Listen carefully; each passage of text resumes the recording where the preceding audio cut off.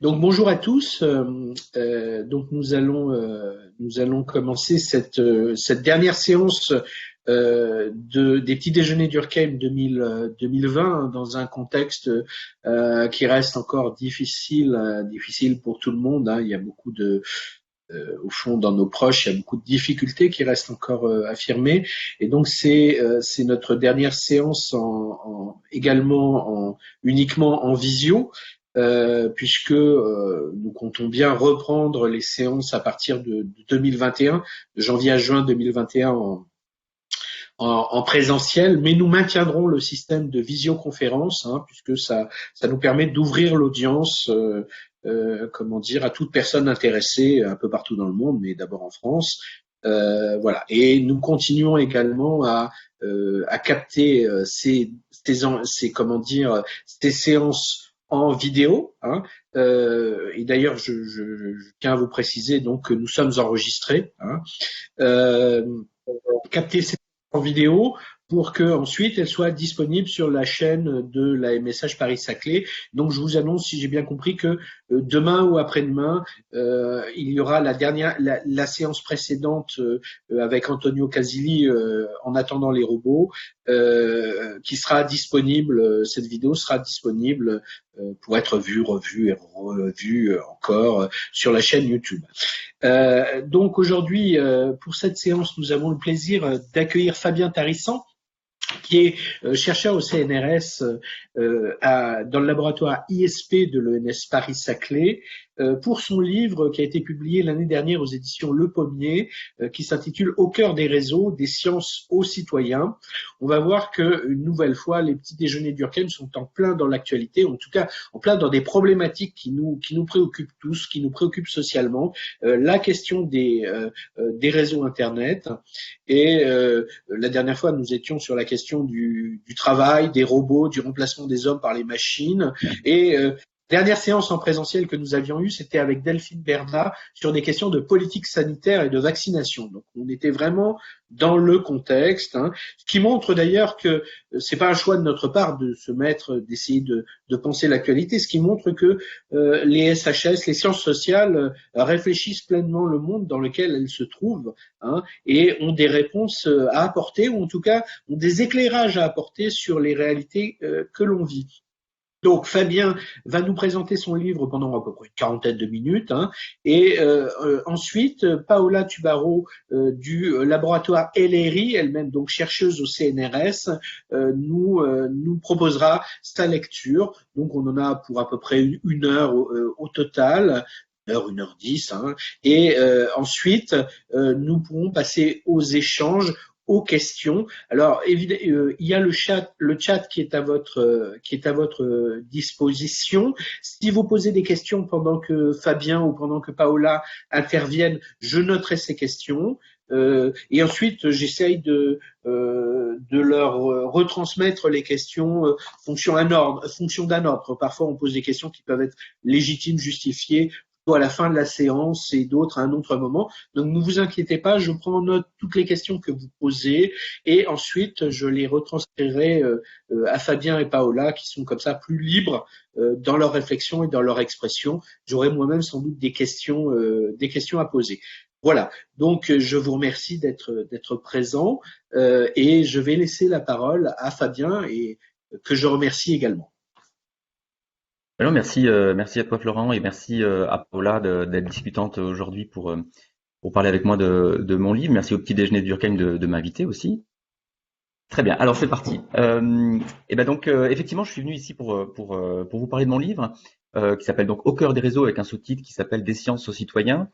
Et il s'appelle Des sciences aux citoyens parce que l'une des motivations, enfin l'un des fils conducteurs dans mon livre, c'est de parler de science. De parler de la science que je connais, qui est la plus proche de mes travaux, qui est celle des réseaux. Donc moi, je suis informaticien. C'est peut-être important de le préciser, en particulier devant une audience de sociologues et de gens issus, en tout cas, de sciences humaines et sociales majoritairement. Moi, je suis informaticien au CNRS et ma spécialité au sein de l'informatique, c'est l'analyse de réseaux. Donc, il m'était à cœur de présenter la démarche scientifique qui anime ceux qui analysent des réseaux dans toute leur généralité, pas simplement les réseaux en ligne qui sont ceux dont je vais parler aujourd'hui, c'est-à-dire Internet et le web et tous les phénomènes qu'on peut observer dessus, mais de parler plus généralement de réseau. Comment est-ce qu'on analyse un réseau? Qu'est-ce que ça veut dire que proposer des indicateurs pour mesurer des éléments dans le réseau, pour pointer du doigt des aspects importants? Comment est-ce qu'on propose des modèles qui analysent leur dynamique, etc., qui expliquent comment les réseaux s'organisent, etc. Donc ça, c'est un fil conducteur, mais qui n'est pas celui que je développe aujourd'hui, parce qu'il y a un deuxième intérêt enfin, un deuxième focus dans mon livre, qui est de parler plus précisément des réseaux informatiques, en tout cas des réseaux numériques, et de ces espaces virtuels qui sont constitués par Internet et le web. Et c'est plutôt ça que je vais vous raconter aujourd'hui, en mettant en avant qu'est-ce que les scientifiques disent des phénomènes que l'on observe là-dessus. Alors il faut aussi bien voir que c'est un livre que j'ai écrit pour le grand public. Le but, c'était de vulgariser aussi à la fois la démarche scientifique et aussi de synthétiser l'état des connaissances sur tout un tas de phénomènes que je vais développer. Et pour ça, j'avais besoin de commencer par clarifier une distinction qui n'est pas toujours clairement comprise par le grand public, bien sûr, mais même par des chercheurs qui s'intéressent à ces sujets-là ou qui touchent de loin à ces sujets, qui est de faire la distinction entre deux objets que sont Internet et le web. Alors, à mon sens, c'est pas très grave de confondre ou de faire un petit amalgame entre ces deux objets dans la vie courante. Ça devient par contre important de les distinguer formellement lorsqu'on s'intéresse aux enjeux qui sont derrière. Donc c'est ça que j'ai commencé par faire dans le livre, en essayant de rappeler un petit peu l'historique de ces deux objets dont on a célébré l'anniversaire l'année dernière en 89. De ces deux réseaux, mais avec des âges différents, puisque l'année dernière, en 89, on a fêté les 50 ans d'existence d'Internet et la même année, les 30 ans d'existence du web. Donc on voit bien que on passe un peu. Tu veux dire 2019, Fabien, tu veux dire 2019? Pardon, oui. 89. Ça, 89. C'est ça, 2019. Donc c'est pas simplement que ce sont des objets distincts formellement, c'est aussi qu'ils ont une histoire différente et avec 20 ans d'années qui les séparent. Donc pour faire rapide, si on s'intéresse à la genèse d'Internet, c'est une infrastructure de communication qui naît à la fin des années 60 dans un contexte qui est un contexte de guerre froide, et c'est essentiellement au départ un projet financé par l'armée américaine, même si très vite les objectifs se détachent d'objectifs militaires, mais l'idée à ce moment-là, c'était de dire que si il y avait une attaque qui survenait, qui détruisait des infrastructures de communication, il fallait être capable d'avoir bâti au préalable des infrastructures robustes. Donc l'idée de ce projet, ARPANET, ARPA c'est l'agence de financement américaine des moyens militaires américains, qui s'appelle DARPA maintenant, c'était voilà, de mettre en place une infrastructure de communication sous forme numérique, donc de mettre en relation des machines. Et alors le 29 octobre 69, et c'est pour ça qu'on a fêté les 50 ans en 2019 d'existence d'Internet, on a un premier événement qui est relaté de façon très drôle par deux des protagonistes, dans laquelle ils ont mis en place un réseau de 4 sommets, c'est-à-dire on a 4 machines interconnectées avec plusieurs centaines de kilomètres de distance entre elles, et ils font l'expérience d'envoyer un message à partir d'un terminal, d'un ordinateur, qui va être reçu par un autre ordinateur à quelques milliers de kilomètres.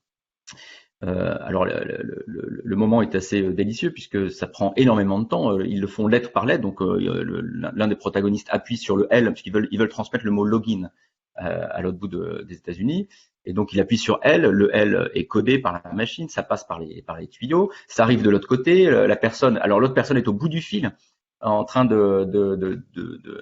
d'expliquer au premier ce qui est en train de se passer. Il reçoit bien un message, il est obligé de le décoder puisque ce sont des suites de 0 et de 1.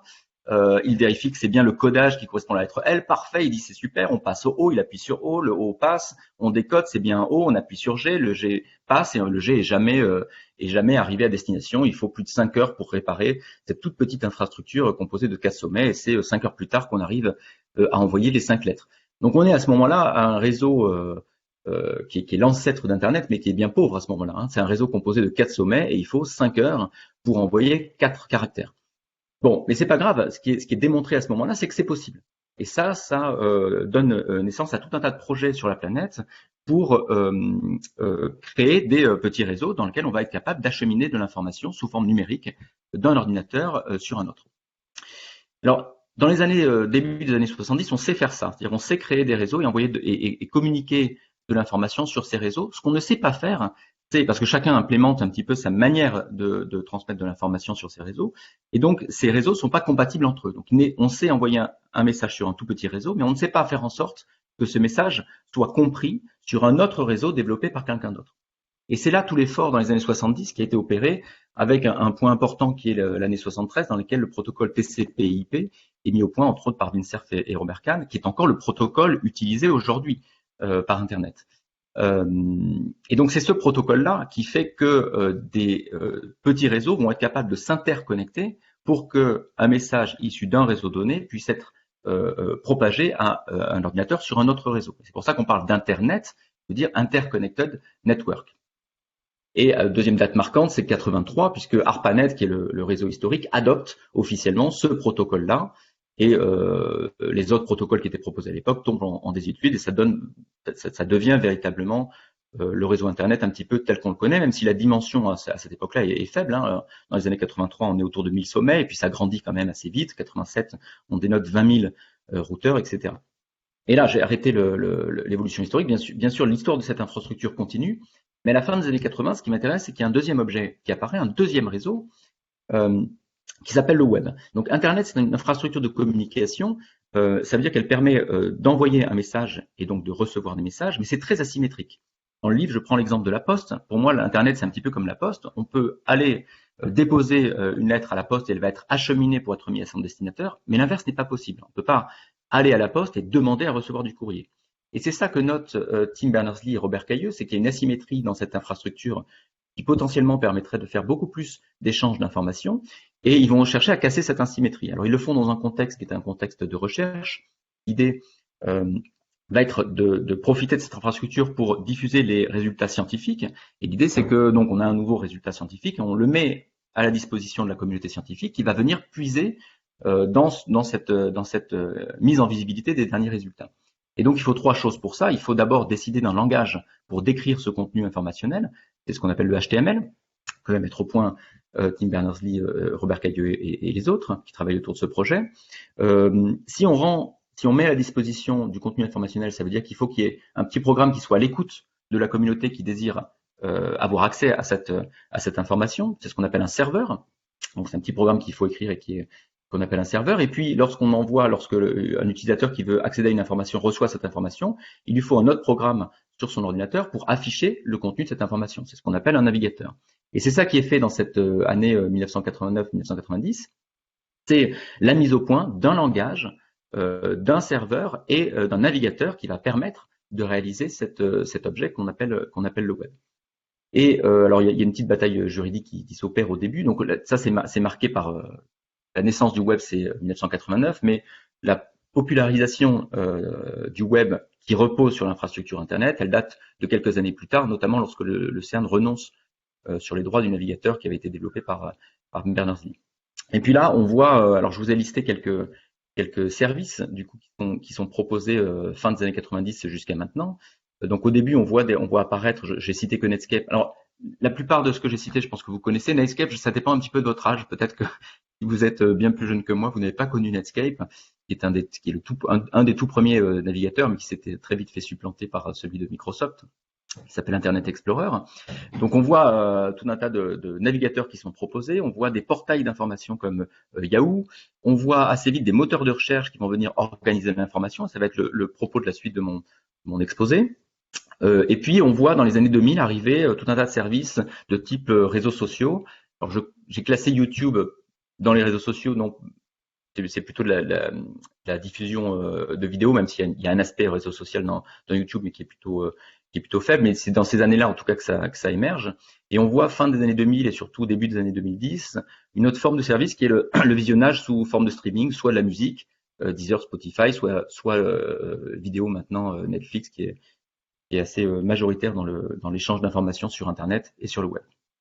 Alors pourquoi je dis ça? Pour dire que le fait que cet objet-là, le web, sur lequel qui s'appuie sur une infrastructure de communication qu'est Internet, fait que ce sont deux objets distincts, c'est important de les distinguer lorsque l'on réfléchit sur les enjeux. Et j'essaye d'argumenter dans le livre que si on s'intéresse à comprendre ce que veut dire la neutralité du net, et que d'un autre côté, on s'intéresse au phénomène des fake news, par exemple, ou la question de la vie privée sur ces réseaux, il faut bien comprendre la nature des objets. La neutralité du net ne se comprend que si on comprend ce qu'est Internet et n'a rien à faire avec le web. À l'inverse, le phénomène des fake news repose essentiellement sur les mécanismes qui sont mis en place sur le web et n'a que très peu de liens avec le fonctionnement de l'infrastructure Internet. Donc si on veut comprendre des enjeux très actuels que sont ces deux exemples, il faut bien comprendre, il faut bien distinguer les objets réseaux sur lesquels on raisonne.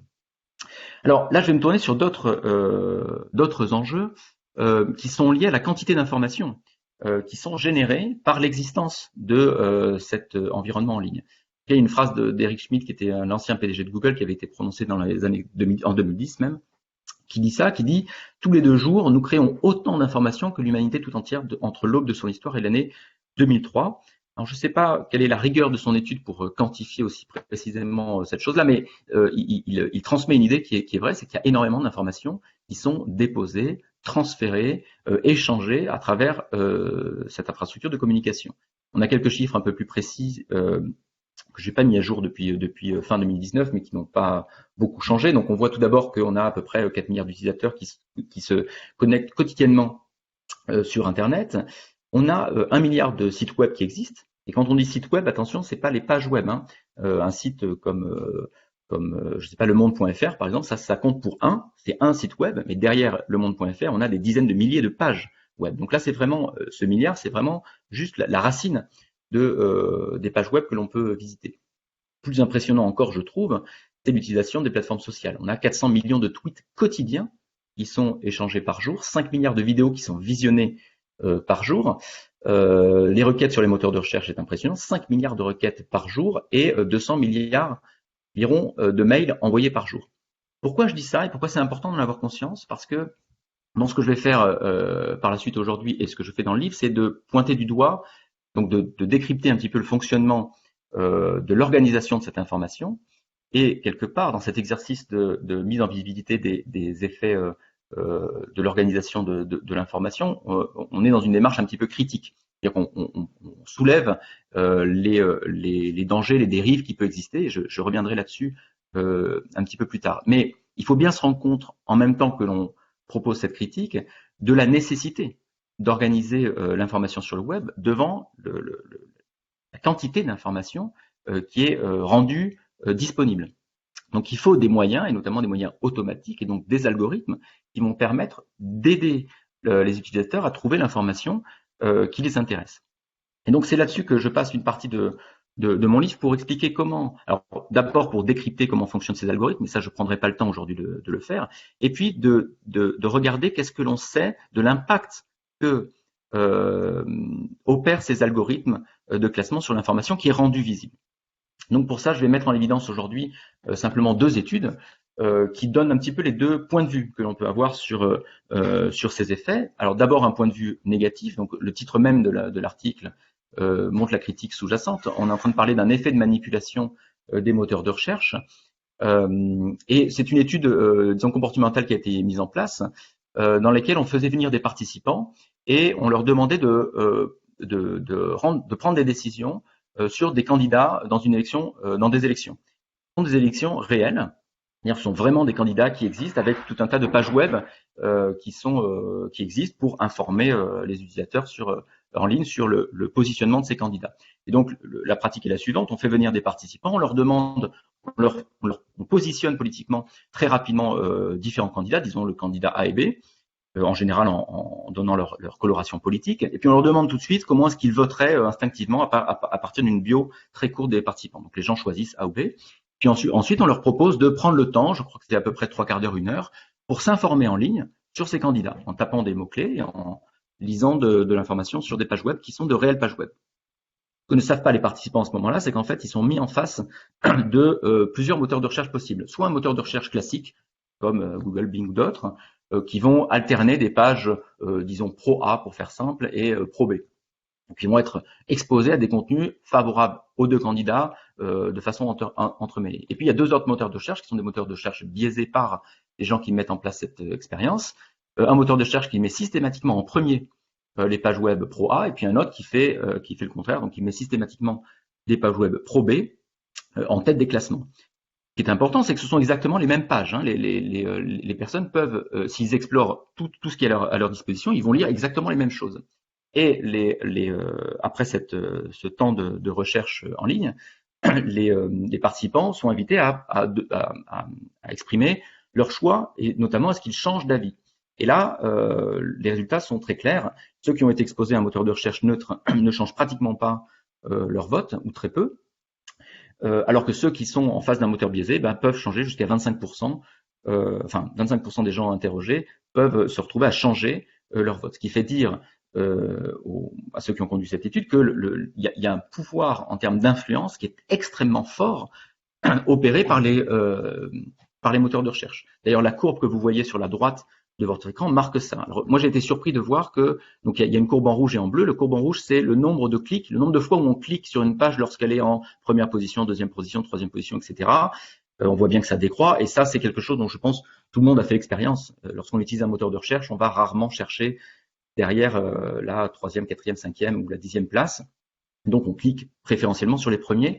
Ce qui est impressionnant, je trouve aussi, c'est la courbe en bleu, qui est quand bien même on clique sur une page, qu'elle soit en première, deuxième ou troisième position, ou même 10e, combien de temps on reste sur cette page. Et quelque part, c'est une mesure de l'engagement que l'on a sur la conviction que l'on a que cette page va nous apporter des renseignements intéressants. Donc, on voit bien la prépondérance du classement sur ce que l'on va lire, sur notre manière de nous informer. Donc ça, c'est important. C'est une étude qui montre des dangers, même si, on pourrait peut-être y revenir plus tard dans la discussion si vous voulez, les 25% qui sont évoqués dans l'étude sont largement, à mon sens, surestimés.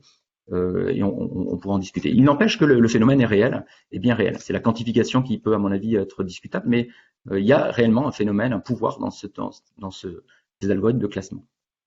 Deuxième étude qui donne un autre point de vue, je dirais opposé, c'est celui et qui intervient dans un débat qui tend à être moins présent maintenant médiatiquement, qui a été pendant très longtemps l'objet de beaucoup d'articles, notamment de presse généralisée ou de presse spécialisée, et puis de presse scientifique, qui était de savoir comment analyser les phénomènes de chambre d'écho sur les plateformes sociales, typiquement sur Twitter ou sur Facebook.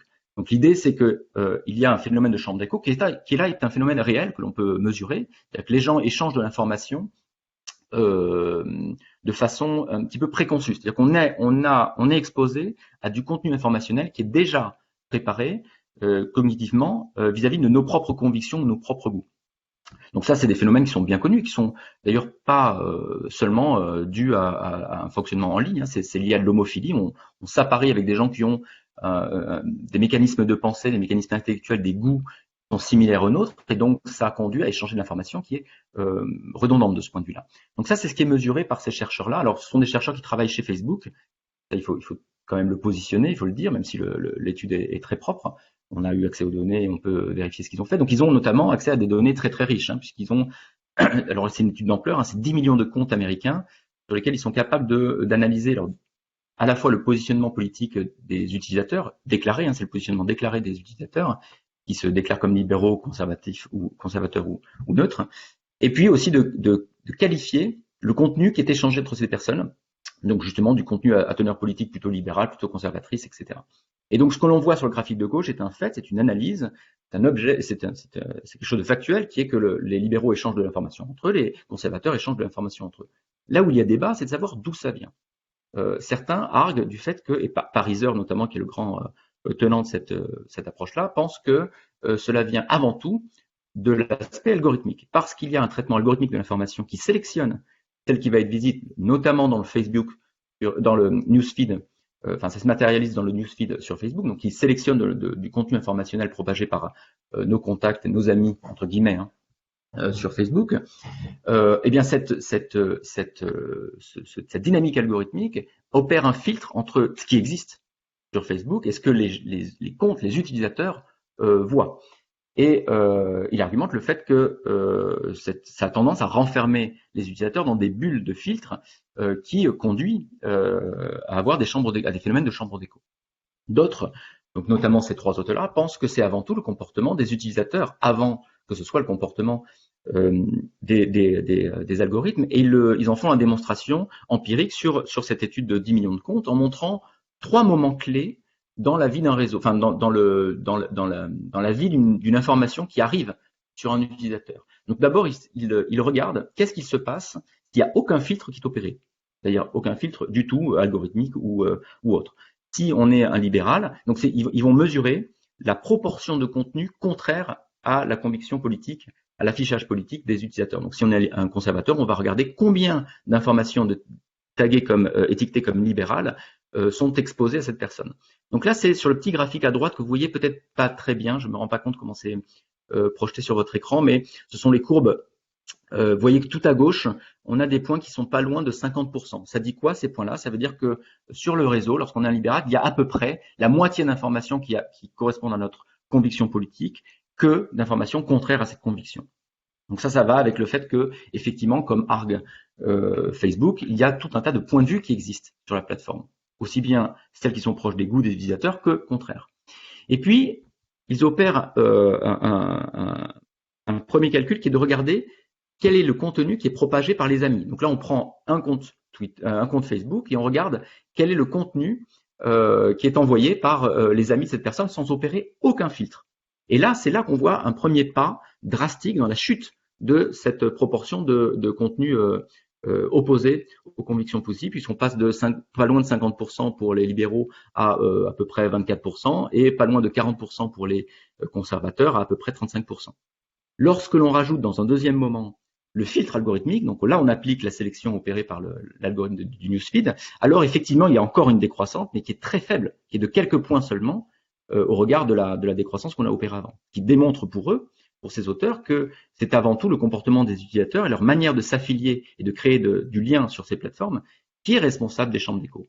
Et pour parachever leur démonstration, ils rajoutent le fait que quand bien même de l'information contraire passe le filtre algorithmique, eh bien, ce sur quoi cliquent les gens, c'est le tout dernier point de la courbe, réduit encore drastiquement leur point de vue. C'est-à-dire quand bien même on propose du contenu contraire aux convictions idéologiques, eh bien, les gens décident de ne pas cliquer dessus, de ne pas aller approfondir ces sujets qui leur sont proposés. Donc on voit là qu'il y a un deuxième point de vue qui est à l'opposé du premier, c'est-à-dire que bien sûr il y a des dangers, mais penser que les dangers ne viennent que des mécanismes qui ont été mis en place, des mécanismes algorithmiques qui ont été mis en place pour traiter l'information serait un leurre. Il y a aussi du fait du comportement humain, et j'y reviendrai peut-être tout à l'heure lorsqu'on parlera des fake news, je pense plutôt en discussion si on a le temps.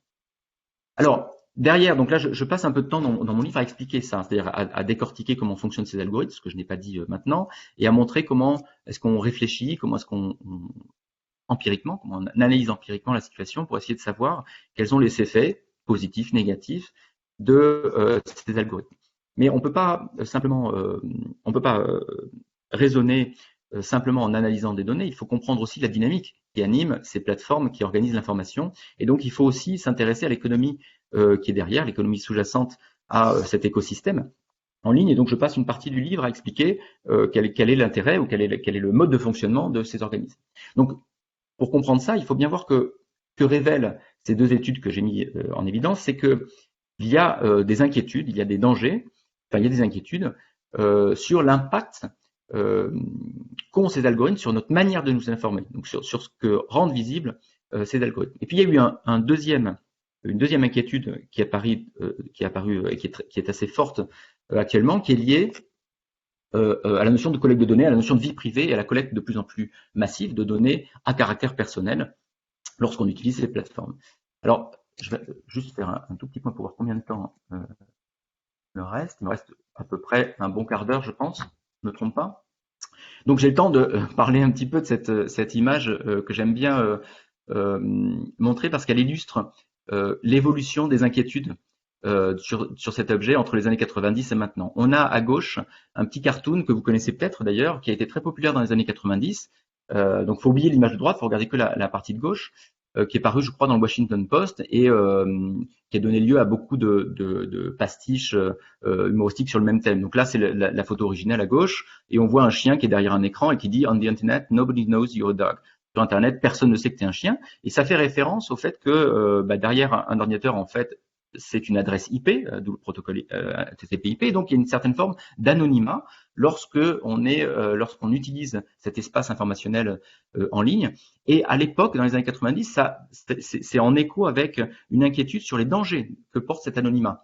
Donc, parce qu'on est anonyme, on peut se mettre à faire n'importe quoi sur cet espace, donc à propager des discours haineux, à faire du harcèlement et avoir tout un tas de comportements plus ou moins. Alors là, je décris des comportements illégaux, mais même dans les comportements légaux, l'anonymat peut génère une certaine forme d'inquiétude. En 2013, on a une résurgence de cette photo avec une deuxième qui est accolée, donc qui est parue dans un autre journal et qui reprend l'ancienne photo, l'ancien dessin colorisé, donc c'est celle que vous voyez là, avec à droite, donc on reprend exactement la même scène, personne ne sait que vous êtes un chien derrière, personne ne sait que tu es un chien derrière un écran, et on a à droite en miroir deux personnes qui sont manifestement des gens de la NSA, avec l'un qui dit à l'autre, l'analyse de nos métadonnées sont claires, et définitivement il s'agit d'un labrador brun, et puis il vit avec un beagle à pois noir, et nous suspectons qu'ils aient des relations sexuelles. Et donc, on a opéré ici, on a l'inverse de cette chose-là, c'est-à-dire à la fois sur Internet, on est anonyme, en tout cas derrière son écran, on a l'impression d'être anonyme, mais là, on a en regard le fait qu'en fait, on n'est absolument pas anonyme parce qu'on est capable d'analyser tout un tas de données qui révèlent de façon extrêmement précise, caricaturée ici, qui sont les gens derrière les écrans, les claviers, et quels sont leurs comportements. Pourquoi ça apparaît en 2013 ? Parce qu'en 2013, il y a les révélations de Snowden sur l'énorme écoute illégale qui a été opérée, d'abord aux États-Unis, mais on a vu que c'était fait dans beaucoup d'autres pays aussi. D'ailleurs, on reconnaît dans le cartoon à droite le logo de la NSA en haut, Prism, qui est un des logiciels utilisés par la NSA pour récolter des données, etc. Et donc, ce qui m'intéresse ici, c'est qu'on est passé d'un extrême à l'autre. On est passé d'une inquiétude il y a un anonymat complet et qui va permettre des dérives, qui va générer des dérives, on n'est jamais anonyme et on ne peut plus se cacher derrière son écran, et ça aussi comporte des dangers. Et donc pour comprendre ça, il faut comprendre pourquoi est-ce que des plateformes collectent des données personnelles. C'est parce qu'il y a une économie qui est derrière. Alors d'abord, pour comprendre ça, il faut bien comprendre quelles sont les informations qui sont collectées par ces géants qui se donnent pour mission d'organiser le web. Alors d'abord, il y a des choses très explicites, des choses que nous-mêmes, que les utilisateurs laissent en toute conscience sur leur comportement et sur qui ils sont. Donc des fois les profils renseignés, les pages que l'on crée ou les posts que l'on laisse sur les plateformes, les commentaires que l'on met sur les plateformes, bien évidemment les achats que l'on fait lorsqu'on utilise des sites d'intermédiation en ligne, et puis des choses plus implicites. Quels sont les sites qui sont consultés. Donc maintenant, ça commence à être bien connu, hein, le système des cookies, mais pendant longtemps, c'était pas forcément très conscient de la part des internautes. Le temps passé sur les sites, bien sûr, même plus précisément, quelle est la partie de la page web que l'on regarde, hein, puisque lorsque vous êtes sur votre navigateur et que vous demandez à votre navigateur d'afficher la page web, en fait, il ne charge pas toute la page. Il demande petit à petit au serveur de lui envoyer les informations au fur et à mesure de votre défilement. Et donc, de l'autre côté du serveur, on sait très bien sur quelle partie de la page vous êtes en train de vous concentrer. Donc on a des infos très très précises quand même sur ce que font les utilisateurs. Bien sûr, les mots-clés qui sont tapés dans les moteurs de recherche, quelles sont les publicités qui ont été efficaces lorsqu'elles ont été proposées, etc. Donc pourquoi est-ce qu'il y a cette collecte ? Parce qu'il y a une économie derrière. Il y a une diapositive que je reprends, que j'ai extraite du Monde l'année dernière, qui a fait un état des lieux de l'économie des quatre grandes de plateformes que souvent on référence sous le terme de GAFA, hein, pour Google, Facebook, Apple et Amazon. Et regardez notamment la partie Google et Facebook, vous voyez que le chiffre d'affaires de Google et Facebook est extrêmement lié à la publicité en ligne.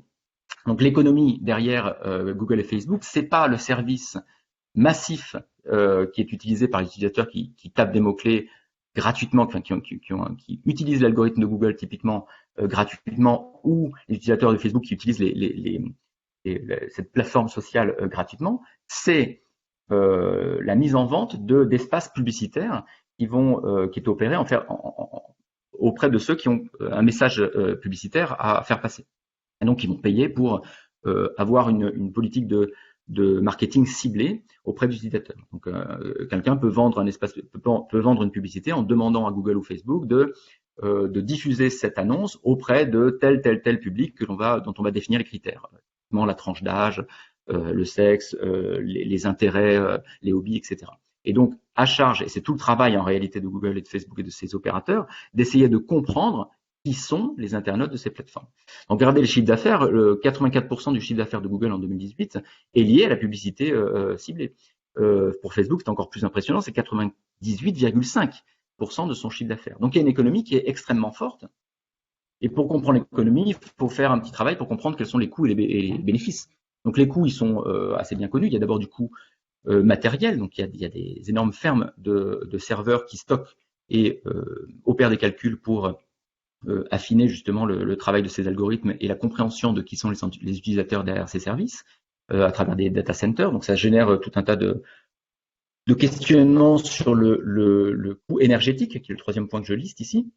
Et donc il y a aussi une volonté de ces grands opérateurs d'avoir une maîtrise du coût énergétique lié à l'utilisation de ces plateformes. Il y a bien sûr un coût qui est lié aux employés dans ces sociétés, la question de la taxe évidemment, et puis de l'autre côté il y a les recettes. Donc là il y a une évolution, disons, j'ai listé non pas tous les aspects pour chacun des sociétés que j'évoquais, mais plutôt une évolution, c'est-à-dire une évolution dans l'histoire de ce qu'ont été les recettes pour ces sociétés. Ça a au début été plutôt de la vente matérielle et logicielle, ça l'est encore pour certains. Puis petit à petit de la vente en ligne, ce qu'on appelle de l'intermédiation. Bien sûr, la publicité ciblée, on l'a vu, c'est très fort pour Google et Facebook. Et puis pendant longtemps, il y a eu un système de freemium, c'est-à-dire que typiquement Deezer faisait ça pendant longtemps. Vous avez le droit d'utiliser des services gratuitement, mais vous étiez très limité dans l'utilisation. Donc c'était une manière pour vous de découvrir ces services. Et puis si vous vouliez vraiment exploiter toutes les potentialités du service, il fallait payer un abonnement. Et puis maintenant, on est vraiment passé dans un mode abonnement, hein, Spotify, Deezer, Netflix et tous ces systèmes-là se reposent sur un système d'abonnement. C'est aussi une évolution, cette économie, qu'on observe à travers les capitalisations, et on voit la même évolution. Vous voyez que l'entrée dans les capitalisations boursières, au début, c'est avant tout du matériel, du hardware, de IBM, Apple typiquement, et puis petit à petit de l'intermédiation. Donc on voit Amazon, on voit Google, Facebook, Snapchat, Spotify, etc. Donc on voit la même évolution dans les recettes qui se traduit dans les capitalisations boursières. Alors pour évoquer ça, pour montrer le poids, la dimension financière de cette société, j'aimerais jouer un petit film ici que vous m'arrêtez si jamais vous ne le voyez pas. Normalement, d'après les tests, ça marche. Donc vous voyez ici, en accéléré, l'évolution au cours des ans. Vous voyez, on a des 5 plus grandes valeurs financières des grandes sociétés de par le monde. Et vous voyez qu'on a une économie qui est classique. On a General Electric, Intel, Disney, IBM, Coca-Cola qui sont en tête. Et vous allez voir petit à petit apparaître les GAFA. Donc à partir de 2007, je crois qu'elles arrivent dans les 10-15 premiers. Donc je pense que celle qu'on voit arriver très vite, c'est Google. Et vous allez voir, alors ce qui m'intéresse, c'est de voir non seulement comment ces sociétés-là montent dans le classement, mais vous allez voir comment elles écrasent le marché. C'est pas simplement que Google, que vous voyez là, est en train d'arriver en tête dans ce calcul-là. On voit Apple qui est en train de rattraper Google, mais c'est que la vitesse avec laquelle elles arrivent en tête écrase le marché. Vous voyez que là maintenant, on est en train carrément de changer d'échelle. Hein. L'échelle en abscisse est en train de se modifier, et Apple et Google non seulement sont en tête, mais sont à des ordres de grandeur au-dessus de leurs poursuivants. Et on commence à voir arriver en 2017 Facebook, qui va pareil monter et arriver en 3e position. Et on devrait voir, Amazon, voilà, et Facebook, voilà, comme on s'arrête en 2018, on n'a pas le temps de voir Facebook qui arrive aussi dans les 5e positions en 2019, si je ne me trompe pas. Donc on voit que l'économie a totalement changé de nature, et qu'il y a une masse financière ici qui est brassée. Donc il y a un intérêt très très fort dans ces sociétés de continuer d'avoir une dynamique de collecte de données, puisque c'est sur la compréhension. Toute l'économie ici est basée sur la compréhension de qui sont les utilisateurs derrière les plateformes. Sans ça, elles ne peuvent pas fonctionner économiquement, dans le modèle tel qu'elles le développent. Donc, il y a besoin pour ces sociétés de collecter des données qui vont les informer sur quel est le profil des utilisateurs derrière. Alors, je fais un dernier petit point sur le temps. Il me reste à peu près 5 minutes, donc ça tombe bien. Je vais finir un peu plus rapidement là-dessus, sur une ouverture qui va peut-être justement initier la discussion ensuite. Je reprends à la fin de mon livre une tribune en fait qui a été faite par Tim Berners-Lee en 2017, qu'il a réactualisé d'ailleurs en 2018, sur lequel il fait le point sur, donc Tim Berners-Lee, c'est le père fondateur du web avec Robert Cailleux, et il fait le point sur l'évolution de cet objet dont il a été un des grands artisans, et il dresse une série d'inquiétudes et de dérives de l'utilisation du web. Et il liste 3 axes qui sont selon lui très inquiétants dans l'utilisation du web aujourd'hui. La première, et j'aime beaucoup sa formule, c'est de dire qu'on a perdu le contrôle sur nos données personnelles. Je vais revenir un tout petit peu juste après sur ce terme-là qui me paraît important.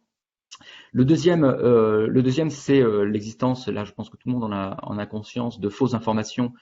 Et c'est pas simplement qu'il y ait l'existence de fausses informations, c'est qu'elles se développent et elles se répandent de façon extrêmement forte sur ces réseaux. Là aussi, je montre des études scientifiques qui tentent de comprendre quels sont les différents mécanismes derrière et quelle est la réalité concrète, pratique de ces fausses informations, et elles se diffusent beaucoup plus vite que toute autre information. Elles pénètrent 6 fois plus les réseaux informationnels que toute autre information, et en particulier que leurs démentis. Alors ça, c'est très frustrant quand on est, j'imagine, la cible de fausses informations, c'est que quand bien même on met en évidence des éléments factuels, objectifs pour déconstruire les fausses informations, et ben elles pénètrent beaucoup moins les réseaux. Et puis, et c'est en lien aussi avec les fausses informations, cette notion de fausse information, il y a une dérive qui impacte la démocratie selon Tim Berners-Lee, qui est l'existence de publicités politiques ciblées. Tout le savoir-faire de ces sociétés en termes de marketing, ciblé se retrouve réutilisé à des fins politiques. C'est-à-dire que les candidats à des élections peuvent, de la même façon que l'on peut vendre un produit, on va essayer de vendre une image d'un candidat et en particulier morceler l'image d'un candidat à une élection en fonction du profil de l'auditoire.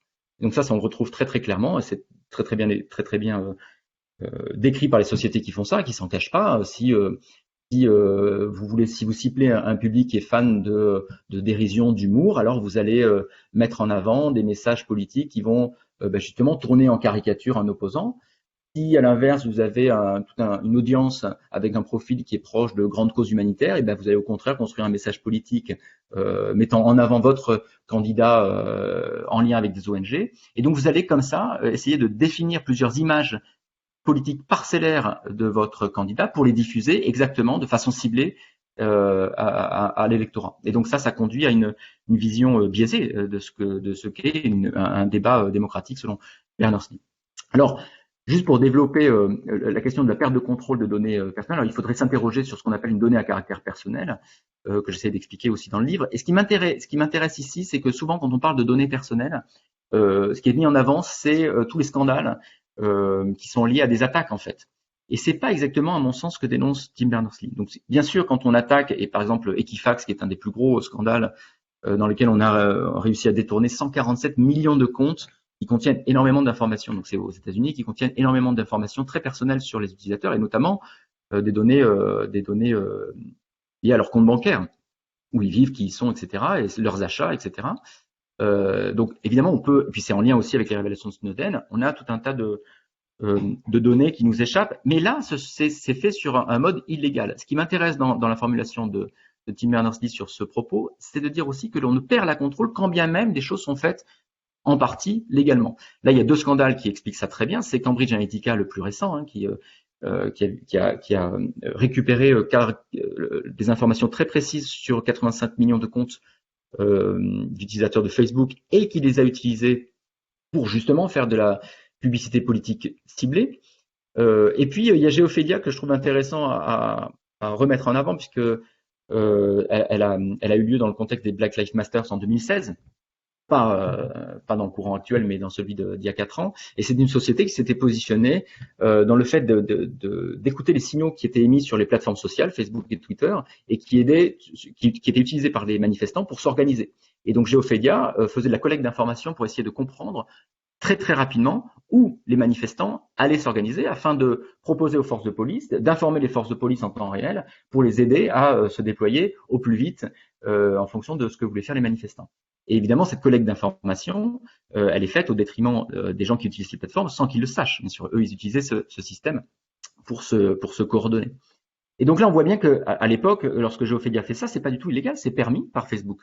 Alors c'est depuis, suite au scandale Geopedia, ça a été interdit, donc maintenant ce n'est plus possible. Mais on voit bien que voilà, il y a cette possibilité qui est offerte par ces grandes plateformes, et donc les utilisateurs de ces plateformes ne maîtrisent pas forcément ce qui est fait de leurs données personnelles. Alors je passe sur ces éléments, et j'aimerais finir sur une note un peu plus positive, que j'essaye aussi d'avoir justement à la fin du livre, puisque je passe pas mal de temps à décrypter les enjeux derrière, et donc quelque part à critiquer l'existence de ces objets, alors que c'est pas le seul positionnement, c'est pas un positionnement serein que d'avoir seulement un positionnement critique vis-à-vis de ces objets. D'abord, ils ont permis beaucoup de développements très intéressants. Je cite Wikipédia, qui me semble quand même quelque chose d'intéressant comme objet comme construction de savoir collectif. Et puis ça a permis aussi l'essor et justement l'organisation de manifestations dans tout un tas de régions du monde qui ne seraient peut-être pas possibles sans de tels outils, même s'ils permettent aussi la censure de notre côté.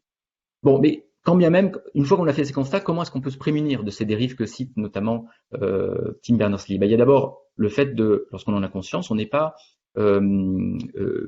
enfermé dans l'utilisation de ces outils ou de ces plateformes si on ne veut pas, notamment si on veut utiliser des services qui sont respectueux des données à caractère personnel.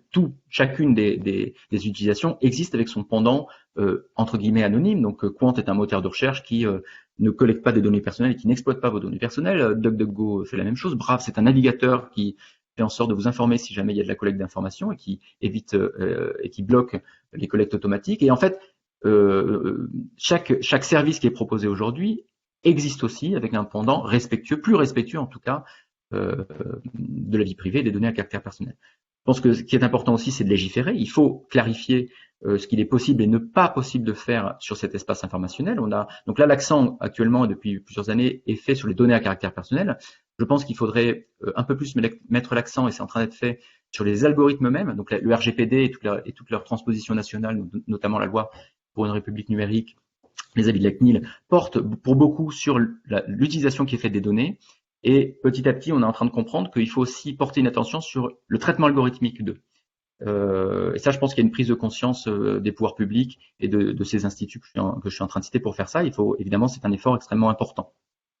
Et puis, quelque chose sur lequel je crois beaucoup, c'est l'éducation. Il faut que l'on comprenne mieux ce que sont ces objets, ce que sont ces réseaux, ce qu'est l'informatique, ce qu'est un algorithme. Et on est assez mal éduqué en termes de citoyens.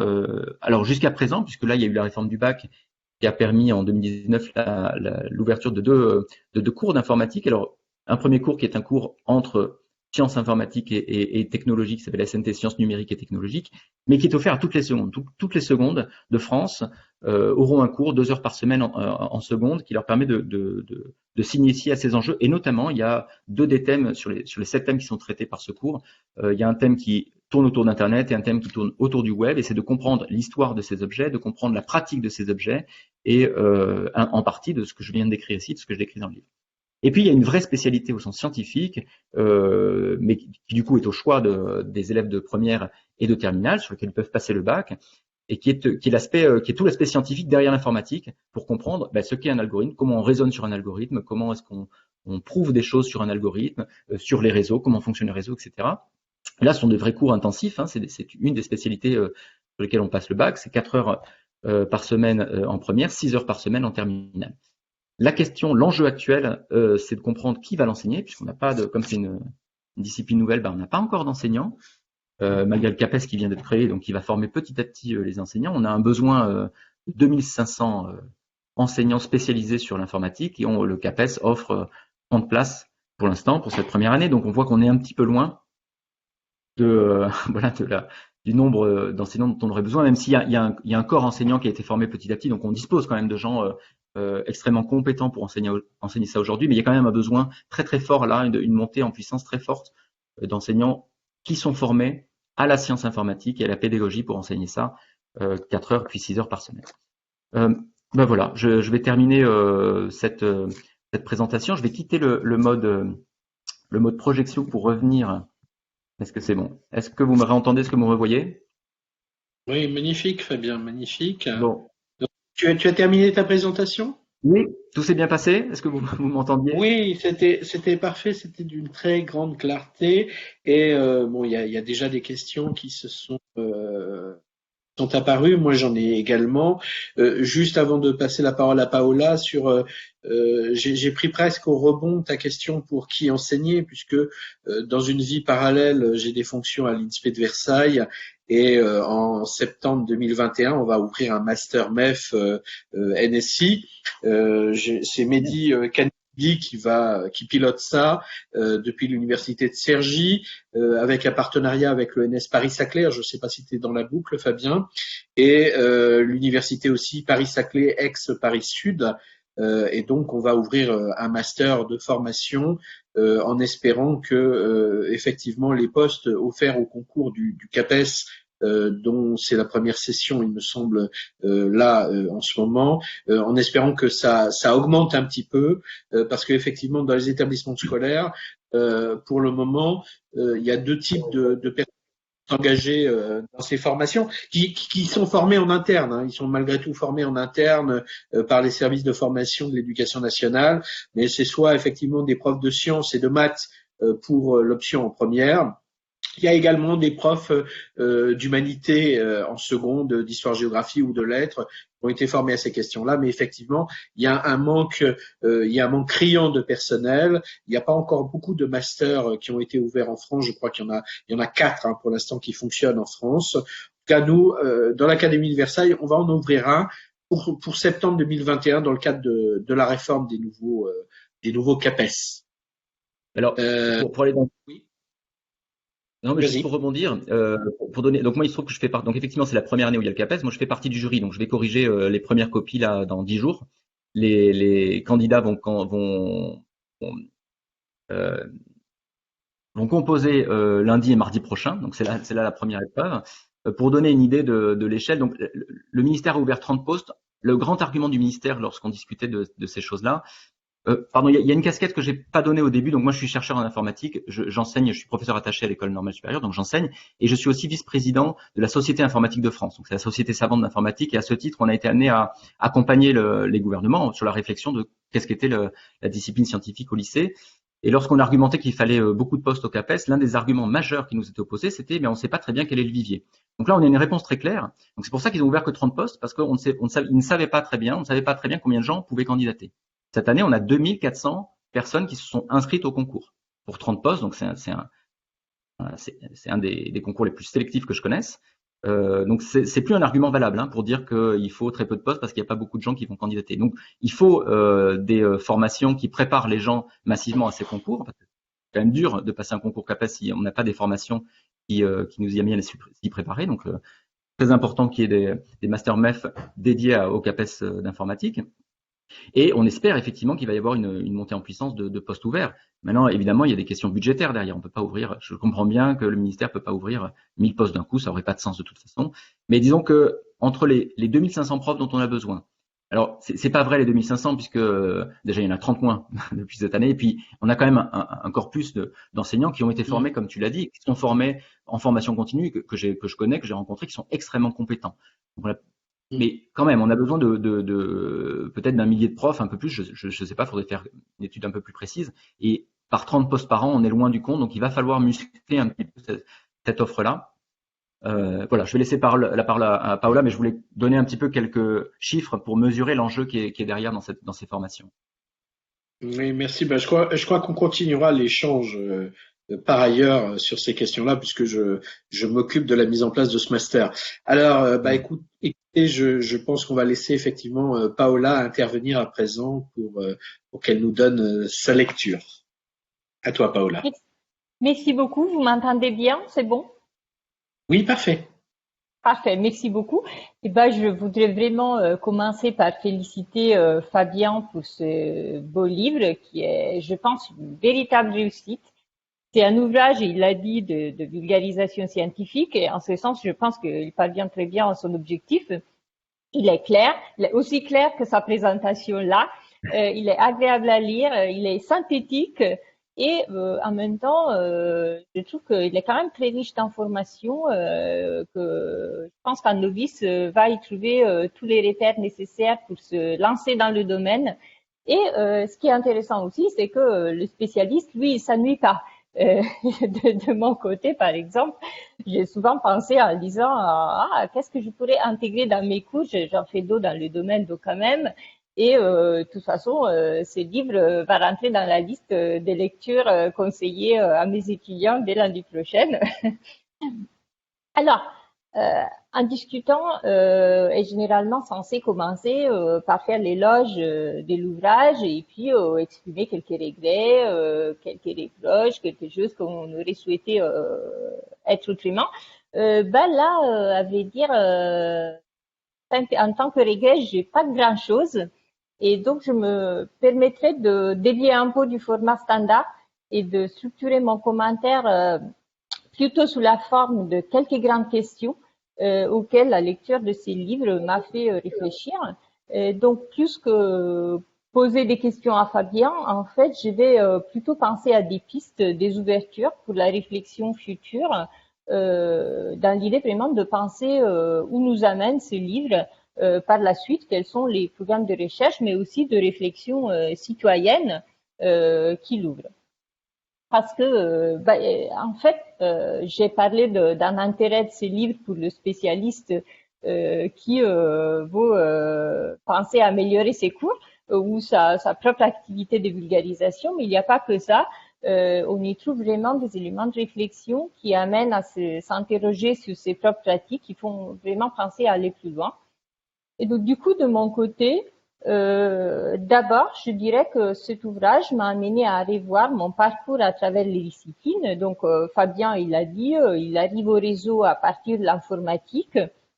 Et son ouvrage fait l'exercice très intéressant de présenter des enjeux très généraux qui relèvent de la science des réseaux, qui se veut transdisciplinaire, à partir d'une perspective informatique. Et il revient là-dessus à la fin, justement dans la conclusion sur l'enseignement spécifiquement de l'informatique et du numérique à l'école et tous ces enjeux dont on vient de discuter. Et alors moi, c'est un schéma un peu différent parce que j'arrive à la science des réseaux depuis la sociologie et depuis ce qu'on appelait auparavant l'analyse des réseaux sociaux, qui existait depuis bien avant l'essor de Facebook, de Twitter, Instagram et compagnie, et même avant le web, qui a commencé depuis les années 1930, en s'intéressant par exemple au réseau de relations amicales entre élèves d'une classe ou au réseau de conseil entre membres d'une entreprise ou au réseau d'affaires, pour citer une étude assez connue, au réseau d'affaires entre les grandes familles de Florence à la Renaissance. Et donc, ce qui est intéressant, c'est que on vient de ces perspectives différentes, mais on arrive en fait au même point, à cette perspective qui est celle de la science des réseaux, dont il est question dans l'ouvrage, et qui propose de chercher des régularités qui sont communes à toute structure d'interaction, que ce soit les réseaux de protéines en biologie, que ce soit les réseaux électriques ou les structures des réseaux des êtres humains, des entreprises, des organisations. Et c'est en ce sens, et je crois que c'est quelque chose qui apparaît très bien à la lecture du livre, même si c'est pas discuté explicitement, mais c'est clair. C'est une perspective qui est transdisciplinaire dans le sens où c'est pas simplement faire interagir les disciplines entre elles, mais les dépasser en cherchant d'aller vers quelque chose qui s'applique à tous les domaines et qui est pas contraint par les traditions disciplinaires de l'un et de l'autre. C'est une perspective qui est fascinante, que j'adopte moi aussi d'ailleurs dans l'un de mes cours qui s'intitule Sciences des réseaux, c'est très explicite là-dessus. Elle fait pourtant pas l'unanimité. Je pense que beaucoup de mes confrères sociologues se sentiraient assez gênés à l'idée que les personnes, l'électricité, les protéines, et toute autre chose interagiraient de la même manière selon des mêmes régularités. Pas là pour leur donner raison a priori, mais pour essayer de réfléchir un peu à ce qu'il peut y avoir au-delà, est-ce qu'il y aurait une manière de trouver un milieu entre ces perspectives assez différentes? Qu'est-ce qu'il reste des spécificités du domaine? Alors dans le livre, donc pas dans la présentation de tout à l'heure, mais dans le livre, Fabien pose explicitement la question de savoir si, par exemple, cette science des réseaux qui dépasse les frontières disciplinaires, elle peut aider les disciplines, elles, à trouver des réponses pertinentes à leurs questions. Et il prend l'exemple d'une recherche médicale, donc une étude des réseaux de neurones des personnes concernées par la maladie d'Alzheimer pour montrer que ça peut être le cas. Et donc du coup, voilà, ça m'amène aussi à penser, à me poser la question de l'opération inverse, de savoir si les résultats spécifiques à un domaine disciplinaire peuvent à leur tour nourrir les autres, ce qui va pas forcément de soi, mais je m'interroge sur cette possibilité. Je pense en particulier à un phénomène que Fabien cite dans le livre et qu'il a cité dans la présentation, qui est celui de l'homophilie. Donc, homophilie veut dire tendance à se lier, à créer des relations, à interagir avec ceux qui nous rassemblent. Qui se rassemblent s'assemblent, c'est ça l'idée. Il l'a évoqué justement à propos de la question des bulles filtrantes contre chambre d'écho. Donc, est-ce que les gens vont chercher à interagir en ligne avec ceux qui pensent comme eux parce que justement ils voient cette ressemblance au départ, ou bien est-ce que c'est une autre cause extérieure, les algorithmes, la manipulation, autre chose qui les pousse à rester enfermés dans leur petit domaine, dans leur sphère d'intérêt.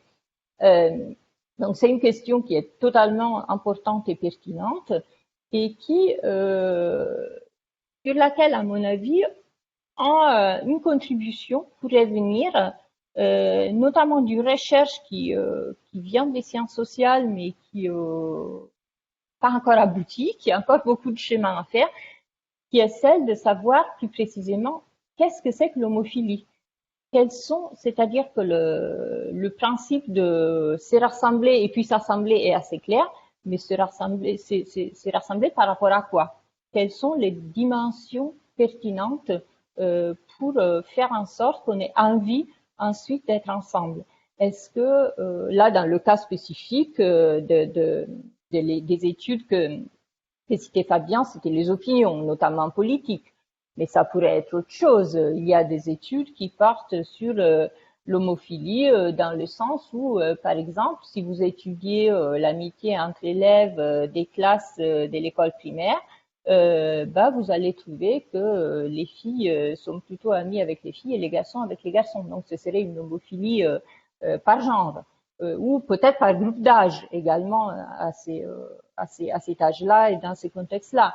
Est-ce que parmi les adultes, le genre et l'âge jouent le même rôle?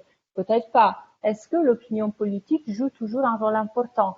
Est-ce que, je sais pas, l'origine nationale ou ethnique ou, je sais pas, la langue maternelle quelles sont parmi ces différentes dimensions celles qui comptent? Et c'est une question à laquelle on a plus on voit plus la question posée des différents côtés que la réponse, puisque ça peut peut-être varier par contexte. On n'est pas vraiment sûr de ce qui joue à chaque fois. Donc peut-être que parfois ce qu'on interprète comme un effet d'homophilie est autre chose. Il y a autre chose derrière. Et c'est quelque chose qui est en l'état actuel de la connaissance, qu'il n'est pas forcément établi très très clairement et sur lequel davantage de réflexion est nécessaire. Et donc du coup, je parle de cela parce que je crois que dans la salle, il y a dans la salle virtuelle évidemment, il y a plusieurs personnes qui viennent plutôt des sciences sociales et donc qui pourraient peut-être avoir un apport là qui pourrait nourrir ces réflexions importantes d'un point de vue de tous les enjeux politiques spécifiquement qu'a évoqué Fabien et sur lesquels on est un manque cruel de connaissances. Une autre question que j'aurais envie de poser à l'issue en général à la communauté, vraiment à l'issue de la lecture du livre de Fabien, concerne la notion de réseau social. Qu'est-ce qu'un réseau social? Fabien, dans le livre, il le précise bien au début de son ouvrage, c'est un réseau dans le nœud, donc des individus, des personnes. Et puis les réseaux sociaux en ligne, eux, ils sont, je cite littéralement, leur variante moderne et purement virtuelle. Je ne pourrais pas être davantage d'accord. C'est parfait. Par contre, l'usage courant est plutôt de dire d'utiliser la locution réseau social pour parler de Facebook, d'Instagram, de Twitter et compagnie.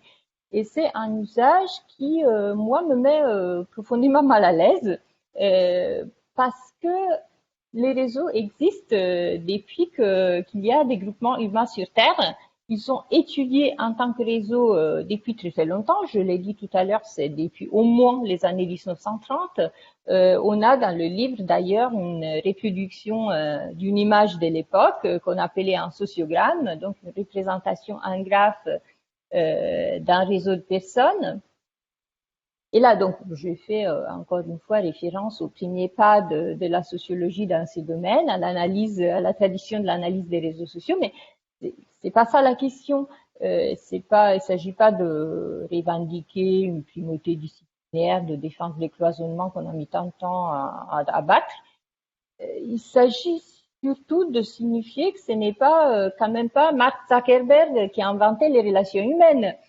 C'est-à-dire que l'enjeu est de se réapproprier ce qui n'appartient pas au Big Relational Tech.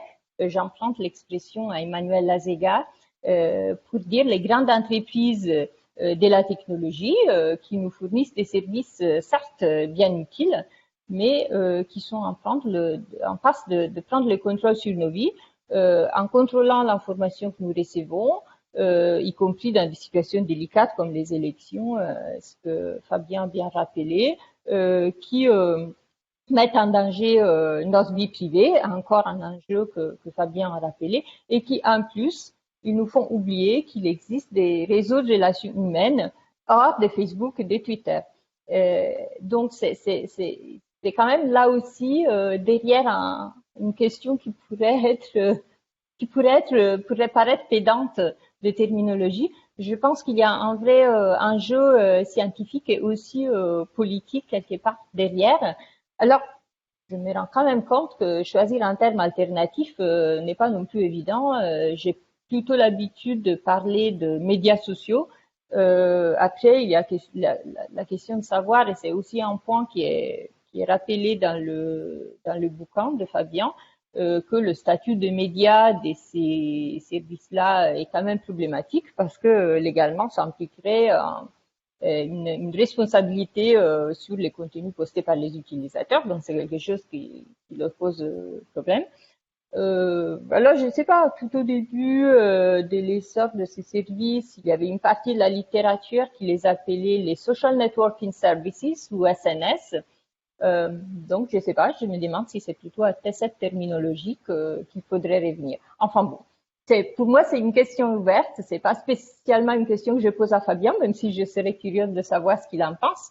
Mais je pense que c'est davantage une question que je poserais à toute la collectivité des chercheurs et chercheuses, étudiants et étudiantes qui s'intéressent à ces questions. Et puis donc, avant de conclure, parce que je vois que le temps passe, je voudrais quand même lancer un dernier élément de réflexion auquel la lecture du livre m'a fait penser. Et cela concerne l'ensemble des enjeux d'éthique liés à tous les sujets qu'on vient d'aborder. En fait, en parcourant l'ouvrage de Fabien, mais aussi en écoutant sa présentation d'aujourd'hui, on se rend bien compte que maîtriser les réseaux signifie accumuler du pouvoir. C'est le pouvoir que donne la maîtrise de l'information et de sa circulation. Connaître les réseaux signifie pouvoir en fait en exploiter les propriétés, par exemple pour acheminer l'information dans une direction plutôt qu'une autre, pour par exemple surveiller une population, pour propager des informations que l'on veut diffuser, qu'elles soient après vraies ou fausses, c'est une autre question, même s'il s'agit que des rumeurs. Et les résultats ne se limitent même pas au risque des violations de la vie privée qui sont pourtant quand même importants et on l'a vu, ou de surveillance, mais de véritables manipulations des choix des personnes qui font partie de ces réseaux. Ce sont leurs choix commerciaux via la publicité ciblée qui fait la plupart des chiffres d'affaires d'entreprises comme Facebook et Google. Et ce qui est peut-être encore plus délicat, il s'agit aussi de peut-être manipuler les choix politiques des gens via toutes les formes de manipulation dont Fabien nous a parlé et qui se sont données à voir, par exemple, dans des campagnes électorales pour le Brexit, l'élection de Donald Trump, et vous connaissez les exemples. Donc, bref, les réseaux et notamment les possibilités inédites que permet aujourd'hui leur base informatique sont une opportunité, mais aussi un risque. Et il y a un gros enjeu de responsabilité pour tous ceux et celles qui en ont le contrôle. Et alors, évidemment, je parle là des grandes entreprises du numérique et des gouvernements, mais peut-être aussi de nous-mêmes, en tant que chercheurs et chercheuses, qu'étudiants et étudiantes qui nous intéressons à cet objet. C'est-à-dire que notre monde de la recherche et de l'enseignement, il n'est pas complètement sans risque. Fabien a évoqué tout à l'heure le scandale Cambridge Analytica. Tout cela a commencé quand même avec une étude scientifique et il y avait une implication des scientifiques là-dedans. Alors après, toutes les études scientifiques ne dérapent pas, mais on a une possibilité réelle d'être impliqué en des choses qui peuvent avoir des conséquences, même si on n'espère pas à ce niveau-là, mais des conséquences de taille sur la vie et les comportements des gens. Et donc, je pense qu'il y a une vraie question urgente à se poser en termes de ce que nous-mêmes, les premiers, dans le monde de l'enseignement et de la recherche, ce que nous pouvons et devons faire, des règles que nous devons nous donner et des systèmes d'éveil ou d'entraide peut-être qu'on pourrait penser à mettre en place pour gérer des situations peut-être difficiles ou des dilemmes moraux qui pourraient se poser au moment où on se met à travailler, à étudier, à s'intéresser au réseau. Et donc, là, je conclus. Vous voyez que mes questions, Fabien répondra s'il voudra, mais mes questions en général ne portent pas tellement sur le livre en tant que tel, qui, je pense, est vraiment un ouvrage très réussi. Elles sont plutôt générales. Elles interrogent plutôt l'ensemble des collègues qui s'investissent dans ces domaines et qui sont amenés, je pense, comme moi je l'ai été, à se poser ce genre de questions à partir du livre. Je tiens quand même, et là je conclus vraiment, à féliciter encore une fois l'auteur pour avoir accompli ce travail de grande clarté, complet, bien écrit, bien réfléchi, et qui s'est avéré une source d'inspiration pour moi, comme je pense pour bien d'autres. Et voilà, merci beaucoup de votre attention. Merci Paola. Comment dire, Fabien va pouvoir, réagir à ta lecture, à tes sollicitations. Je rajoute une dimension que j'ai entendue dans ce que disait Fabien et que j'ai entendue également dans ce que tu disais, Paola, et à laquelle je suis sensible pour ma part.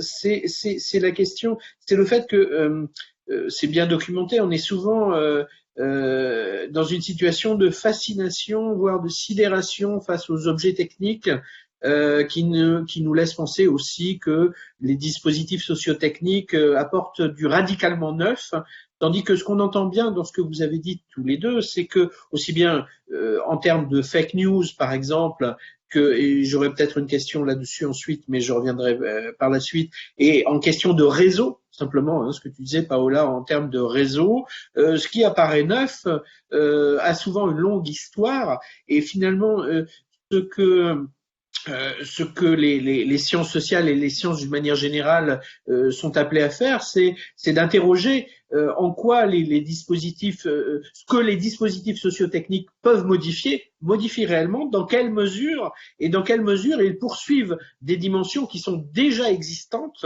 et finalement là aussi pour ne pas partir, je suis très intéressé par cette question de l'homophilie, puisque finalement ce que l'on voit à l'œuvre dans le réseau internet, sur Facebook, on pourrait le voir à l'œuvre dans la longue durée sur la presse. Par exemple, sur la mobilisation de la presse, il y a eu en France pendant très longtemps, elle est moins vivace, mais une presse d'opinion. Et on peut pas dire que lorsque on achetait l'Humanité ou le Figaro, on était soumis à le faire. On le faisait parce que, par choix, par goût, parce qu'on avait envie de trouver des choses. Et donc là-dedans, il y a il y a des études de longue durée qui ont été faites par des gens qui ne travaillent pas sur l'internet ou sur le web, mais qui se posent ces questions-là. Donc on a j'allais dire, à connecter en fait toutes ces réflexions pour sortir de l'idée, voilà, du résolument neuf c'est totalement nouveau, on ne sait quoi en faire, on ne sait comment faire, tandis que des réflexions sont déjà en place. Alors, je suis trop bavard, je laisse Fabien réagir à tout ce qui vient d'être dit. Merci, merci à tous les deux. Merci à Paola pour l'éloge. Je reviens, je vais pas en rajouter, mais effectivement, dans ce que tu as dit sur ce que j'ai cherché à faire dans le livre, il y a une chose qui est très vraie, c'est que j'ai cherché à être synthétique et court. Je voulais absolument pas quelque chose qui soit difficile ou long à lire. Je voulais vraiment que ce soit un pied à l'étrier pour quelqu'un, pour le grand public. Donc pour quelqu'un qui n'a pas forcément énormément de temps ou énormément de connaissances à mobiliser pour comprendre, pour suivre tout le discours. Donc il y a beaucoup de choses, je me suis vraiment beaucoup restreint, j'ai essayé d'être le plus clair et le plus court, ça fait partie d'une des volontés que j'avais. L'autre, comme tu l'as rappelé, c'est de parler de science. Donc là, à la fois de parler de science des réseaux, comme tu l'as dit, et tu le sais, puisque tous les deux nous intervenons et nous montons des cours qui parlent d'analyse de réseaux, donc on met en avant l'aspect scientifique sur comment on analyse les réseaux, ce que je vous ai pas décrit aujourd'hui, mais que je décris dans le livre. Mais j'avais vraiment à cœur même lorsque je commentais des phénomènes sociaux ou des enjeux de société derrière cet espace numérique, je tenais à prendre en exemple des publications scientifiques. Je tenais à donner la parole synthétisée, vulgarisée, à des grands articles en fait qui sont parus dans Science, Nature, que la plupart du temps je dirais le néophyte ne va pas lire. Alors souvent ne peut pas lire s'il n'a pas exactement les bonnes connaissances, mais souvent Nature et Science sont déjà très vulgarisés et en fait on n'a pas besoin d'être spécialiste de la discipline en vrai. Et donc j'ai essayé de vulgariser ces aspects-là pour montrer que c'est accessible en fait. Ce qui est difficile dans la science, c'est d'être scientifique, c'est d'être celui qui démontre, qui postule des énoncés vrais et qui les démontre. Ça c'est difficile, c'est un métier, c'est notre métier. Mais une fois que les résultats sont établis, les comprendre et les transmettre, c'est une autre démarche et ça devient accessible. Donc j'ai essayé de montrer ça dans cette dynamique de ce livre, indépendamment du sujet réel et notamment de celui que j'ai évoqué. Pour faire le lien avec des choses que des choses que tu as soulevées, Paola, et que tu as repris, Florent, sur le dispositif sociotechnique derrière, et l'exemple des journaux, je pense que ce qui est très clair c'est tout à fait vrai qu'en réalité, ce qu'on observe sur ces plateformes sociales, sur cet espace numérique, est quelque chose qu'on observe aussi dans la réalité déconnectée. L'exemple du journal est excellent de ce point de vue-là. Quand on va s'informer et qu'on n'a pas accès à un ordinateur, comment on faisait avant et comment on continue à le faire, on va acheter un journal. Quand on achète un journal, on achète aussi un positionnement idéologique sur l'actualité et sur la politique, sur l'actualité internationale, etc. Et on le sait. Mais c'est ça qui est compliqué et qui est lié au débat de est-ce que ces plateformes sont des médias ou pas. Elles argumentent que non. Alors, elles argumentent que non parce qu'elles ont un intérêt à ça, parce que du coup, elles ne sont pas responsables du contenu, sinon elles le seraient. Mais elles ont aussi un argument qui est valable, c'est qu'il n'y a pas de contenu éditorial sur Facebook ou Twitter. Il y a effectivement tous les points de vue qui existent. Ce qui est faux, par contre, c'est qu'autour d'un nœud de ce réseau, autour d'un compte, il n'y a pas tous les points de vue qui sont disponibles. Et c'est là où il y a un contenu éditorialisé, mais qui ne l'est pas par la plateforme, ou en tout cas qui l'est, mais à travers un algorithme, donc qui n'est pas une volonté, qui n'est pas une émanation d'une volonté de ceux qui développent ces algorithmes, de faire une politique éditoriale. Mais ce qui est dangereux ici, c'est le fait que ça ne soit pas conscientisé. C'est-à-dire que pour beaucoup, les utilisateurs ont l'impression qu'ils ont en face d'eux un espace informationnel très diversifié, alors que dès le moment où ils mettent le pied dans cet espace, en fait, ils se retrouvent de fait, ça on est capable de le mesurer, enfermés dans un espace extrêmement restreint. Donc quelque part, ils lisent l'UMA ou Valeurs Actuelles, mais ils ne le savent pas. C'est ça la démarche qui est compliquée.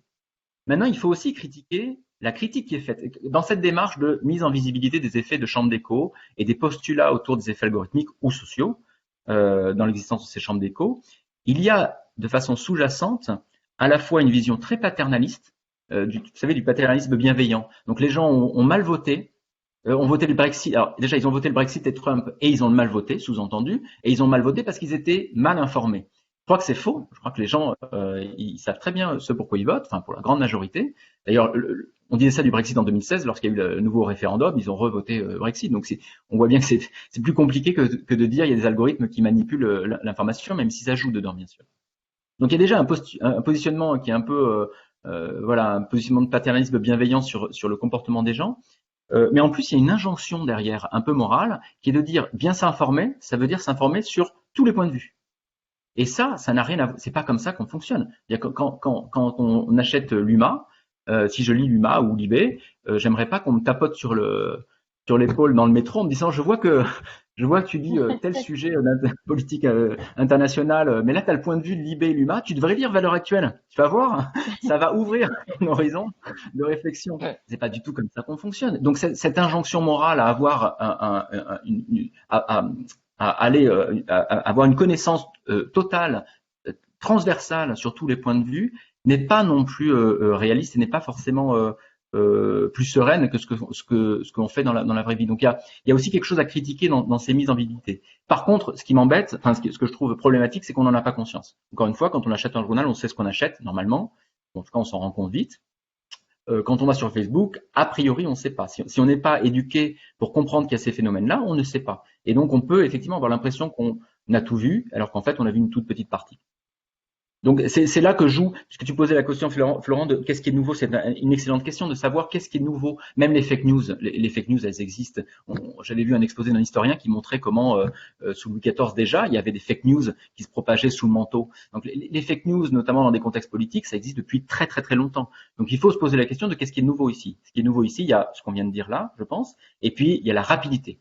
Ça, il y a l'échelle à laquelle les mécanismes algorithmiques qui sont là pour détecter les phénomènes de buzz ou les phénomènes de viralité entre guillemets, et de rajouter de la visibilité sur ces phénomènes, et ben ça conduit à une amplification, un cercle vicieux ou vertueux, ça dépend du point de vue, qui entraîne, qui est à une échelle qui dépasse celle de nos comportements, de notre temps de réflexion, de notre temps d'assimilation. Et donc là, il y a quelque chose à comprendre quand même. Oui. Juste un élément, je pensais à l'hydrochloroquine et au professeur marseillais Raoult. On voit bien aussi que quand tu dis la question de l'échelle, ça me fait penser aussi à la manière dont ça peut peser dans le débat politique. C'est-à-dire que on voit bien que le changement d'échelle en soi, c'est pas simplement une question de quantification, c'est ensuite une question d'influence sociale, l'influence sur la société tout entière, l'influence que ça peut avoir effectivement dans le débat public. Oui, et alors là, ça fait le lien avec un deuxième point, du coup, ça fait une parfaite transition avec un autre point soulevé par Paola sur les enjeux éthiques. Et pour moi, il y a trois dimensions dans ce que tu as dit. Donc, il y a celui que tu viens d'évoquer notamment. Il y a un enjeu éthique dans notre effort, dans notre démarche scientifique, à épauler, à informer les pouvoirs, enfin les décisionnaires en général et les pouvoirs publics, et en particulier sur ces enjeux pour moi, d'informatique et de mathématiques qui sont très très peu maîtrisés, très très peu connus par les classes dirigeantes. C'est un vrai problème, on le sait, hein, la sociologie de nos dirigeants fait que ce sont pas des gens qui sont formés aux approches scientifiques, sciences dures comme celles que je connais, donc ils sont assez démunis là-dessus, et c'est en lien avec ce que tu disais Florent, ils sont soit dans un positionnement de technophobe complet, enfin je caricature, mais souvent dans un positionnement de technophobe, ou au contraire de fascination avec un espoir que les dispositifs techniques vont venir résoudre tout un tas de problèmes politiques, alors que c'est avant tout souvent des moyens humains dont on a besoin. L'exemple de Stop Covid est flagrant, on pourrait en parler aussi longtemps.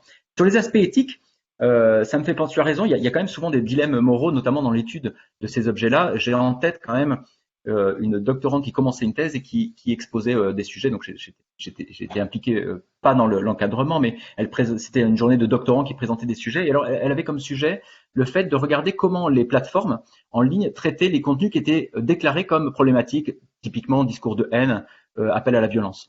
Et elle disait, en fait, pour suivre comment les plateformes traitent, il faut être soi-même déclarer des choses. Donc son projet, entre autres, c'était de naviguer sur ces plateformes, de détecter des contenus haineux ou appelant à la violence, les déclarer elle-même et regarder comment le temps que ça mettait, quels étaient les arguments qui étaient avancés, quelle était la dynamique dans cette chose-là. Et alors, elle avait à cœur ce qu'elle proposait, qui m'a choqué, donc je lui ai quand même dit que c'était pas possible, de dire, en fait, pour faire de bonne figure, bien sûr, il faut dénoncer donc je vais déclarer des propos haineux. Mais du coup, pour bien comprendre comment ça se passe, il faut aussi que je déclare des propos qui ne sont pas haineux, pour voir comment la plateforme réagit. Donc, en ayant complètement conscience qu'un contenu ne pose pas problème, déclarer qu'il pose problème à la plateforme pour être capable de mesurer. Et là, d'un point de vue éthique, quand même, ça pose de sacrés, je trouve, problèmes. Déjà, le premier est pas évident, de s'immiscer dans la vie du réseau à des fins de recherche en traquant les problèmes, certains discours et en mettant en visibilité certains discours auprès de la plateforme. Mais alors, faire l'inverse, c'est-à-dire faire exprès de dénoncer des propos qui sont pas bons, ça pose aussi des problèmes. Dernière chose sur l'aspect éthique, je serai très rapide, mais si on veut parler d'éthique sur ces l'enjeu du numérique, à mon sens, on ne fait pas assez, c'est d'être extrêmement clair sur quelle facette éthique on veut peser. là, on a beaucoup parlé de vie privée, de données à caractère personnel. Donc ça, c'est la notion d'éthique respectueuse de la vie privée, mais il y en a beaucoup d'autres. Si on prend Parcoursup, par exemple, il y a tout un débat éthique autour de Parcoursup qui n'est pas du tout celui des données à caractère privé. Donc Parcoursup, c'est l'association des nouveaux lycéens, des nouveaux bacheliers dans l'enseignement supérieur. Il n'y a aucune question de données privées, c'est tout à fait, alors mis à part s'il y avait des attaques, mais c'est pas du tout l'enjeu. L'enjeu, c'est de savoir si l'algorithme qui opère l'affectation respecte des décisions qui sont prises au niveau politique et si l'algorithme tel qu'il est conçu puis implémenté sous forme de programme correspond à ces choix politiques qui sont faits en amont. Et donc là, c'est un enjeu éthique de transparence, c'est de l'accès au code, la capacité à analyser le code et à vérifier que le code, l'association fait bien ce qu'elle est censée faire. Et on n'est pas plus du tout sur la même positionnement éthique. Si on regarde la question des véhicules autonomes, on est encore sur une autre problématique éthique, qui est celle de savoir la responsabilité.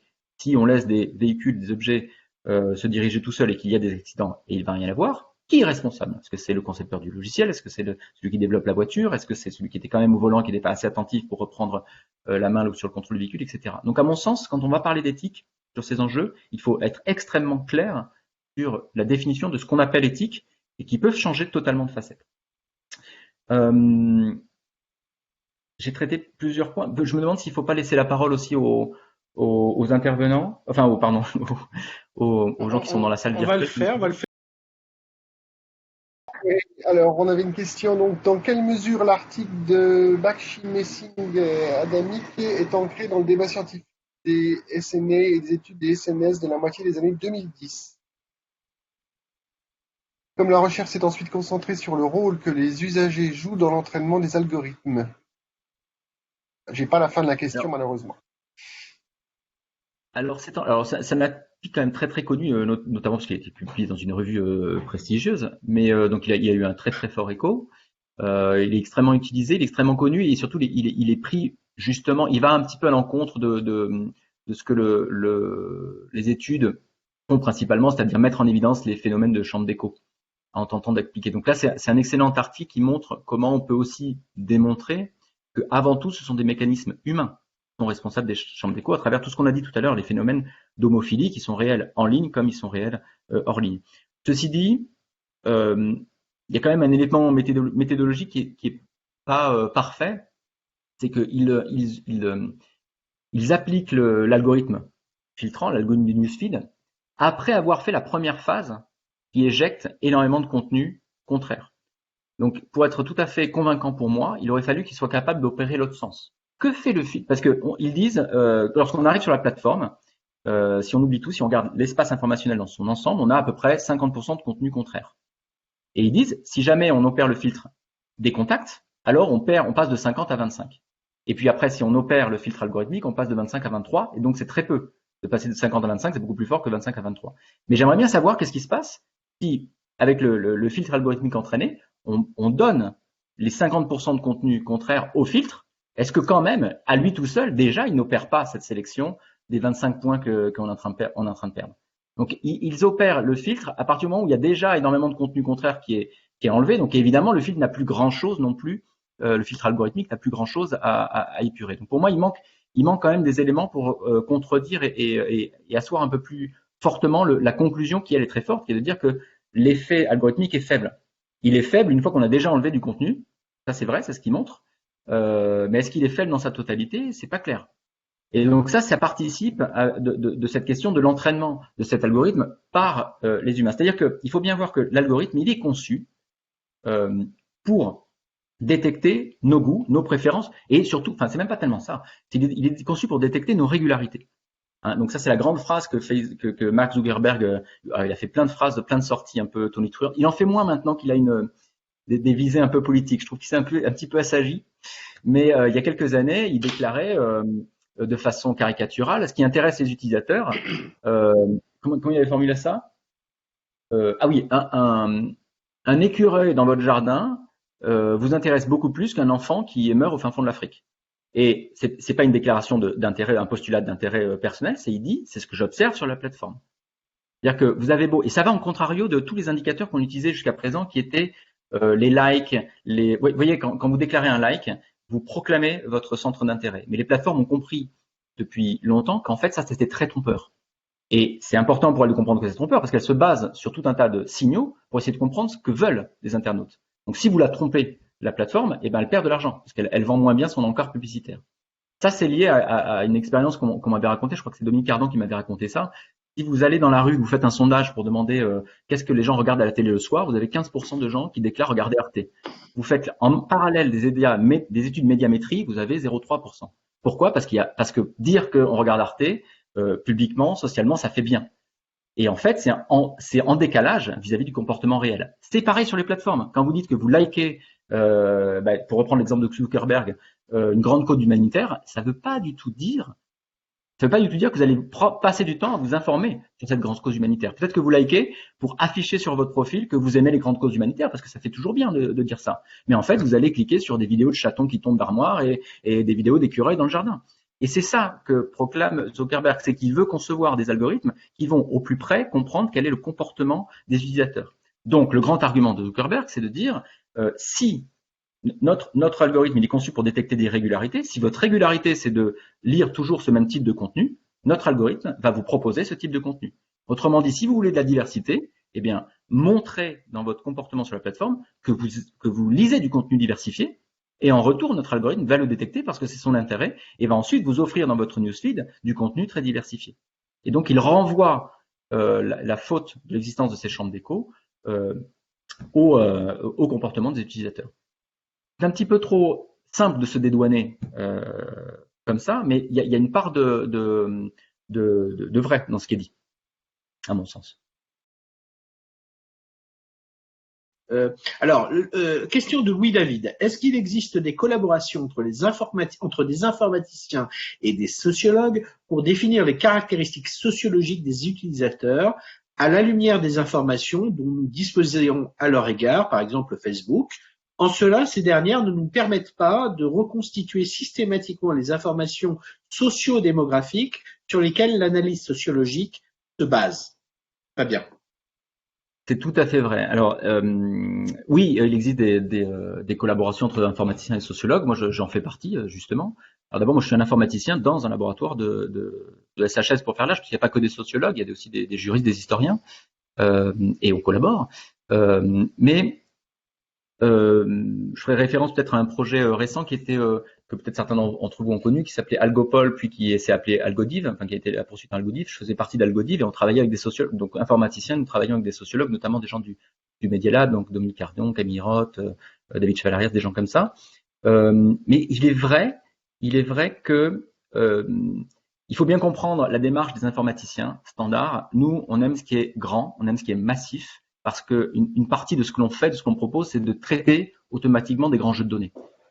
Pour moi, un réseau qui se dessine sur un bout de papier, ça n'a pas de sens pour l'informaticien. D'accord? Si je peux le dessiner et essayer de l'analyser avec ma main, mes yeux et faire ça, c'est pas du tout des outils que moi je vais apporter dans toute ma spécialité. Moi, j'ai besoin de dizaines de milliers. Vous voyez, les études de Bakshi, c'est 10 millions de comptes. Donc là, on est dans le côté traitement informatique, etc. Ça veut dire qu'en fait, on a très peu d'informations sur les utilisateurs. C'est une excellente remarque. Et donc, en général, c'est compensé par, en parallèle, des études faites sous forme d'enquête par des sociologues qui vont essayer de comprendre un peu plus ce qui est fait. Par exemple, là, très récemment, avec mon doctorant, on a proposé une méthode pour évaluer la diversité sur ces plateformes. À quel point la consommation d'objets est diversifiée ou pas par les utilisateurs de différentes plateformes. En l'occurrence, on l'a fait sur plusieurs types de jeux de données, mais notamment sur des jeux de données d'écoute musicale. Donc, typiquement, Spotify, Deezer, comment se comporte l'écoute musicale. Donc nous, on le fait, mais comme on collecte des jeux de données extrêmement grands sur ces plateformes, elles sont évidemment anonymisées, donc on a en fait très peu d'informations sur les utilisateurs. On a des informations très détaillées sur les contenus, sur la dynamique, sur l'aspect temporel, sur les catégories musicales qui sont écoutées, mais très peu sur le profil des gens. En parallèle, il y a des gens, notamment au Media Lab, qui font des études, alors des études plus petites, sur des échantillons beaucoup plus restreints.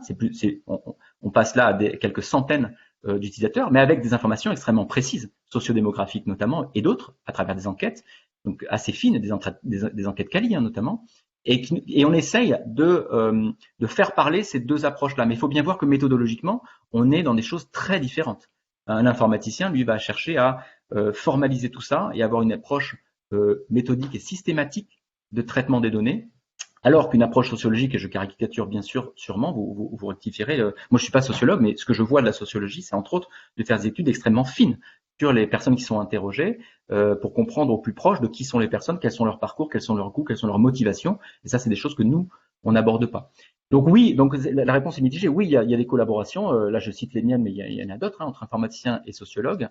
Mais il y a une réelle difficulté sur la qualité des données, je le dirais comme ça, qui, pour être extrêmement propre, demande à être des jeux de données tout petits. Et dans ce cas-là, les informaticiens ont peu de choses à apporter. Ou alors on fait des enquêtes d'ampleur. Et là, on a beaucoup de choses à apporter, mais on perd en général sur nos connaissances.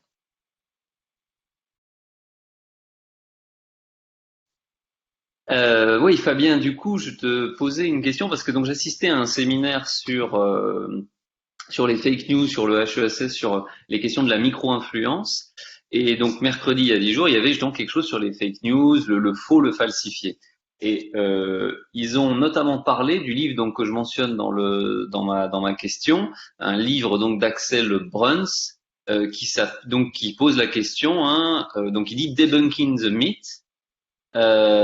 Est-ce que les filtres, les bulles de filtre sont réelles?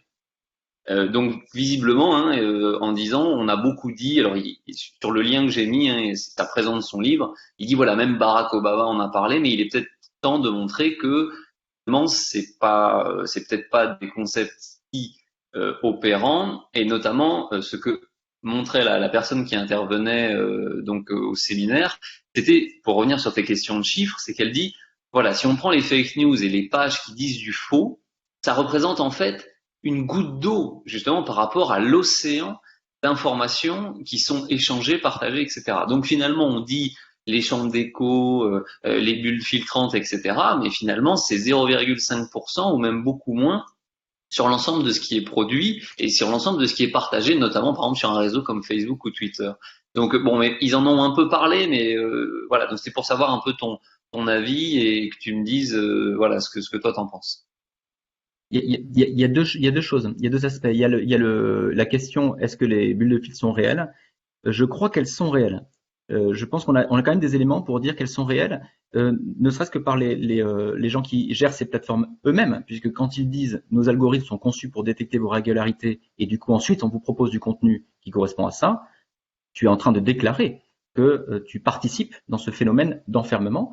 Ce que tu es en train de faire, c'est de décaler la responsabilité de cet enfermement. Tu dis c'est avant tout le comportement. Si vous voulez la diversité, soyez diversifiés. Nos algorithmes, ils vont vous enfermer dans des bulles de diversité quelque part. Ils vont systématiquement vous faire ça. Donc je pense qu'elle est actée, elle est réelle. Et il y a ce qui se passe ici, c'est qu'il y a un phénomène d'amplification. Ça c'est la première chose. Et l'autre chose qu'on évoquait tout à l'heure, c'est qu'il y a il y a quelque chose, il y a une non prise de conscience de ceux qui utilisent ces outils. Donc là, c'est tout le débat qu'on a eu tout à l'heure autour des journaux. Quand on achète un journal, on sait. Quand on va sur Facebook, les gens ne savent pas. Et ce que dénonce Pariser, que je trouve qui est très bien fait, c'est qu'il dit le plus grand danger, c'est pas simplement que ça sélectionne une certaine information, c'est que ça rend invisible de l'information contraire sans qu'on le sache.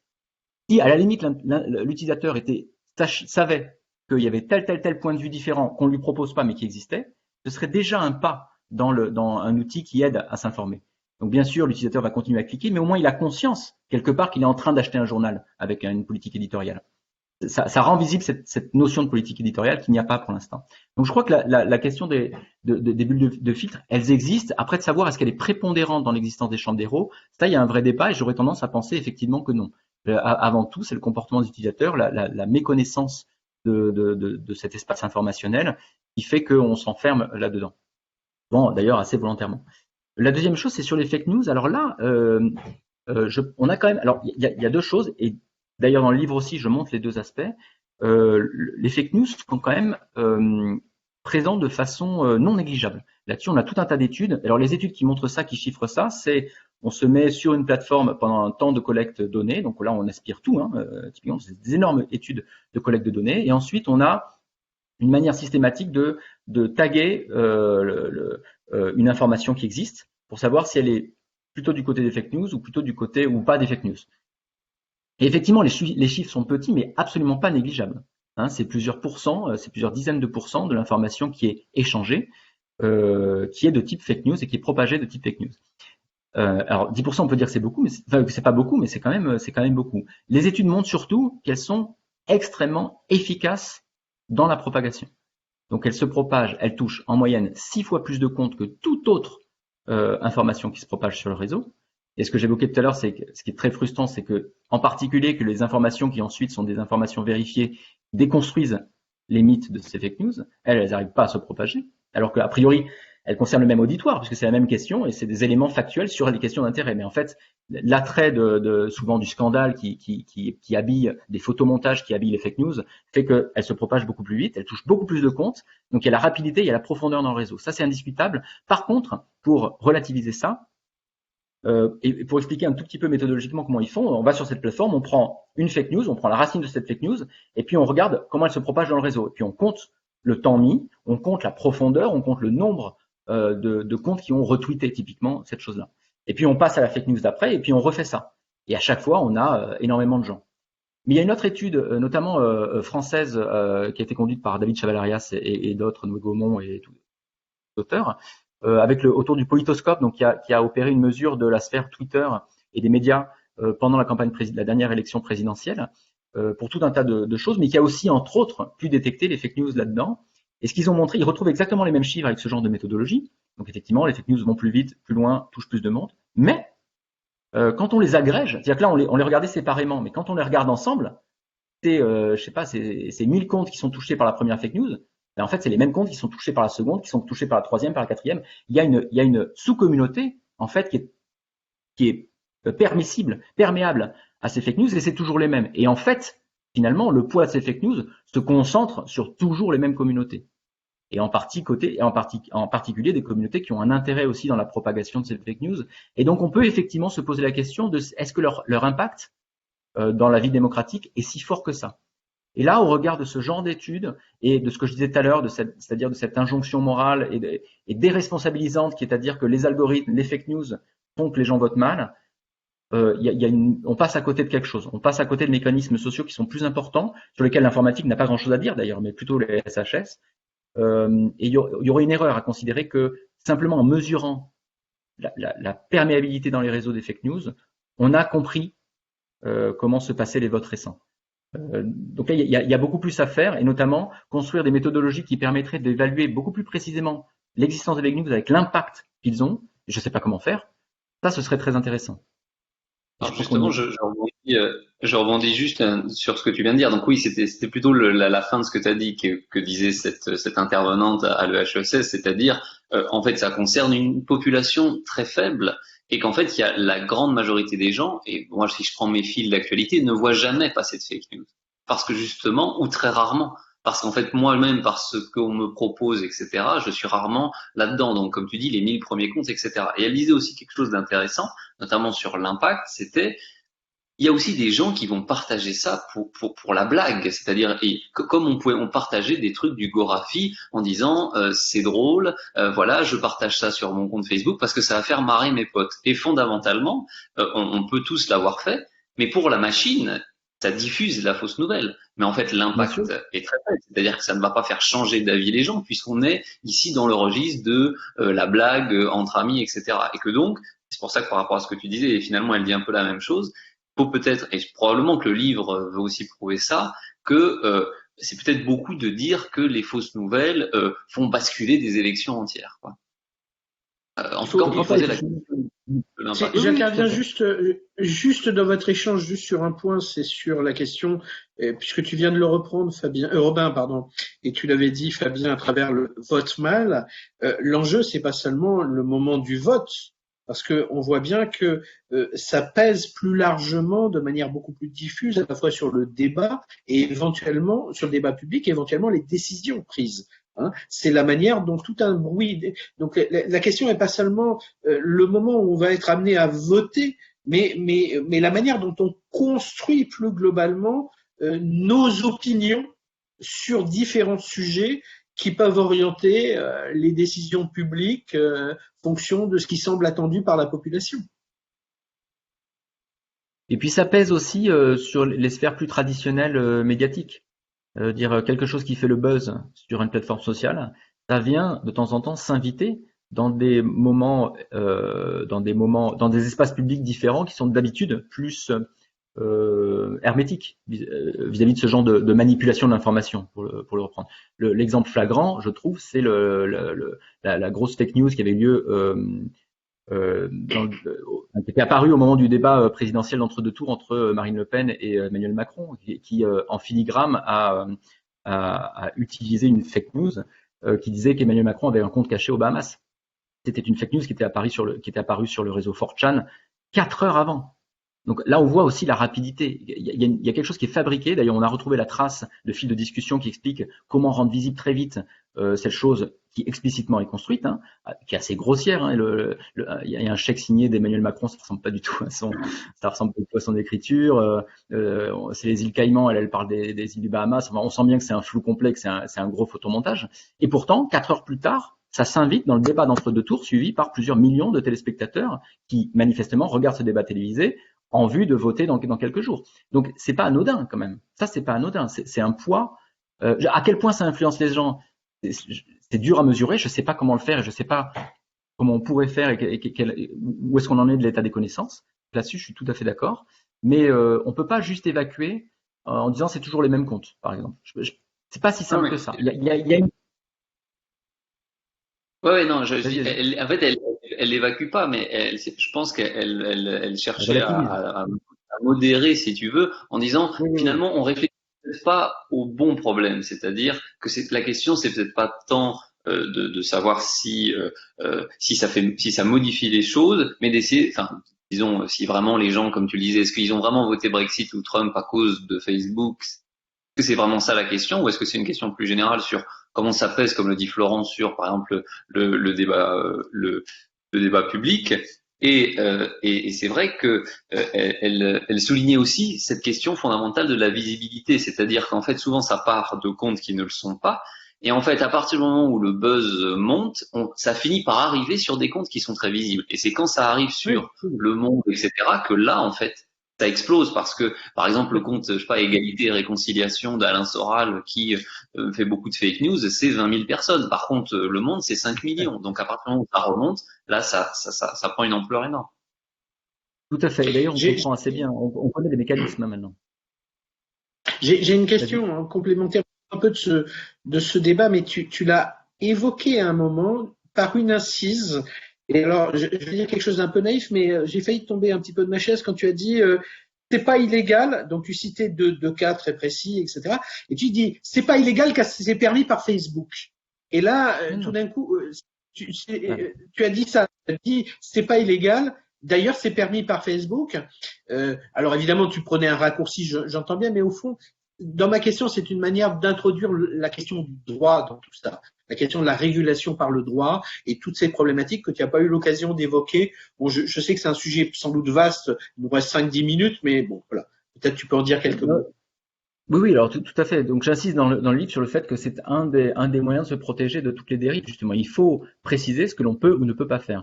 Ce que j'évoquais dans le côté, l'aspect, ce qui était permis à l'époque de Geoffedia, c'était donc Facebook permettait à travers des API de recueillir des données anonymisées, bien sûr, mais les forces de police, et en particulier cette société Geoffedia, n'avaient pas besoin de savoir qui était le compte derrière. Ce qu'elles avaient besoin, c'était d'observer des signaux qui indiquaient un rassemblement. Donc ça, on peut le faire de façon anonyme à partir du moment où on a accès à la plateforme pour faire ça. Maintenant, ça, c'est interdit. Donc, vous n'avez pas le droit d'utiliser l'API de Facebook pour ce genre de dispositif. Et ça, c'était ce que je voulais dire par là, c'est que ça, il faut faire une distinction entre la perte de contrôle de nos données qui est due à des attaques, à des hackers typiquement, et à des fuites de données, deux choses qui font partie de la vie de la plateforme telle qu'elle se propose d'organiser l'information. Et c'est ça qui me paraît crucial ici, si on veut vraiment réfléchir sur la perte de contrôle de nos données personnelles. C'est que c'est pas simplement que quelqu'un peut attaquer le service sur lequel les données sont stockées, c'est aussi que ce qui est fait de nos données, on n'arrive pas à maîtriser ce qui est fait de nos données. On n'a pas une conscience et on ne sait pas en temps réel de comment les données que je laisse sur la plateforme sont utilisées. Quand maintenant la plupart des gens savent que lorsqu'ils utilisent Facebook, il y a des données que Facebook utilise pour savoir qui ils sont, pour leur vendre des encarts publicitaires, etc. Et ils le font donc en le sachant. Par contre, ils ne sachent pas que d'autres sociétés sont capables de venir se brancher sur les données Facebook pour en faire autre chose. Et donc là, je renvoie à Geoffedia et à Cambridge Analytica. Merci Fabien. Je sais pas, est-ce que Paola, tu voudrais repréciser d'autres questions et puis Paola? Non, non, moi c'est bon, hein. J'ai rien rajouté de plus. Bon, bah écoutez, je ne sais pas s'il y a d'autres. Je crois qu'il n'y a pas d'autres questions. Ben, il reste plus qu'à remercier tout le monde, à remercier d'abord Fabien, parce que c'était un vrai plaisir de t'écouter. C'est un vrai plaisir de lecture. C'est d'une grande clarté. On le voit bien. C'est des sujets extrêmement importants et que tu rends très accessibles. Donc c'est vraiment d'ailleurs, je t'écrirai ensuite parce que j'aimerais bien que tu viennes parler à mes étudiants l'année prochaine. Je trouve ça vraiment essentiel et très important. Merci à Paola également, hein, parce que ça a permis de faire rebondir toutes ces questions. Merci à la patience de tout l'auditoire. Hein. On n'est pas encore bien calé sur le passage de parole, etc. Mais voilà, on vous attend l'année prochaine, donc en janvier 2021. Vous serez bien les bienvenus en présence parce qu'il y aura à nouveau un petit déjeuner, hein, et la sociabilité, comme l'a dit Paola, c'est pas Mark Zuckerberg qui a, inventé la sociabilité.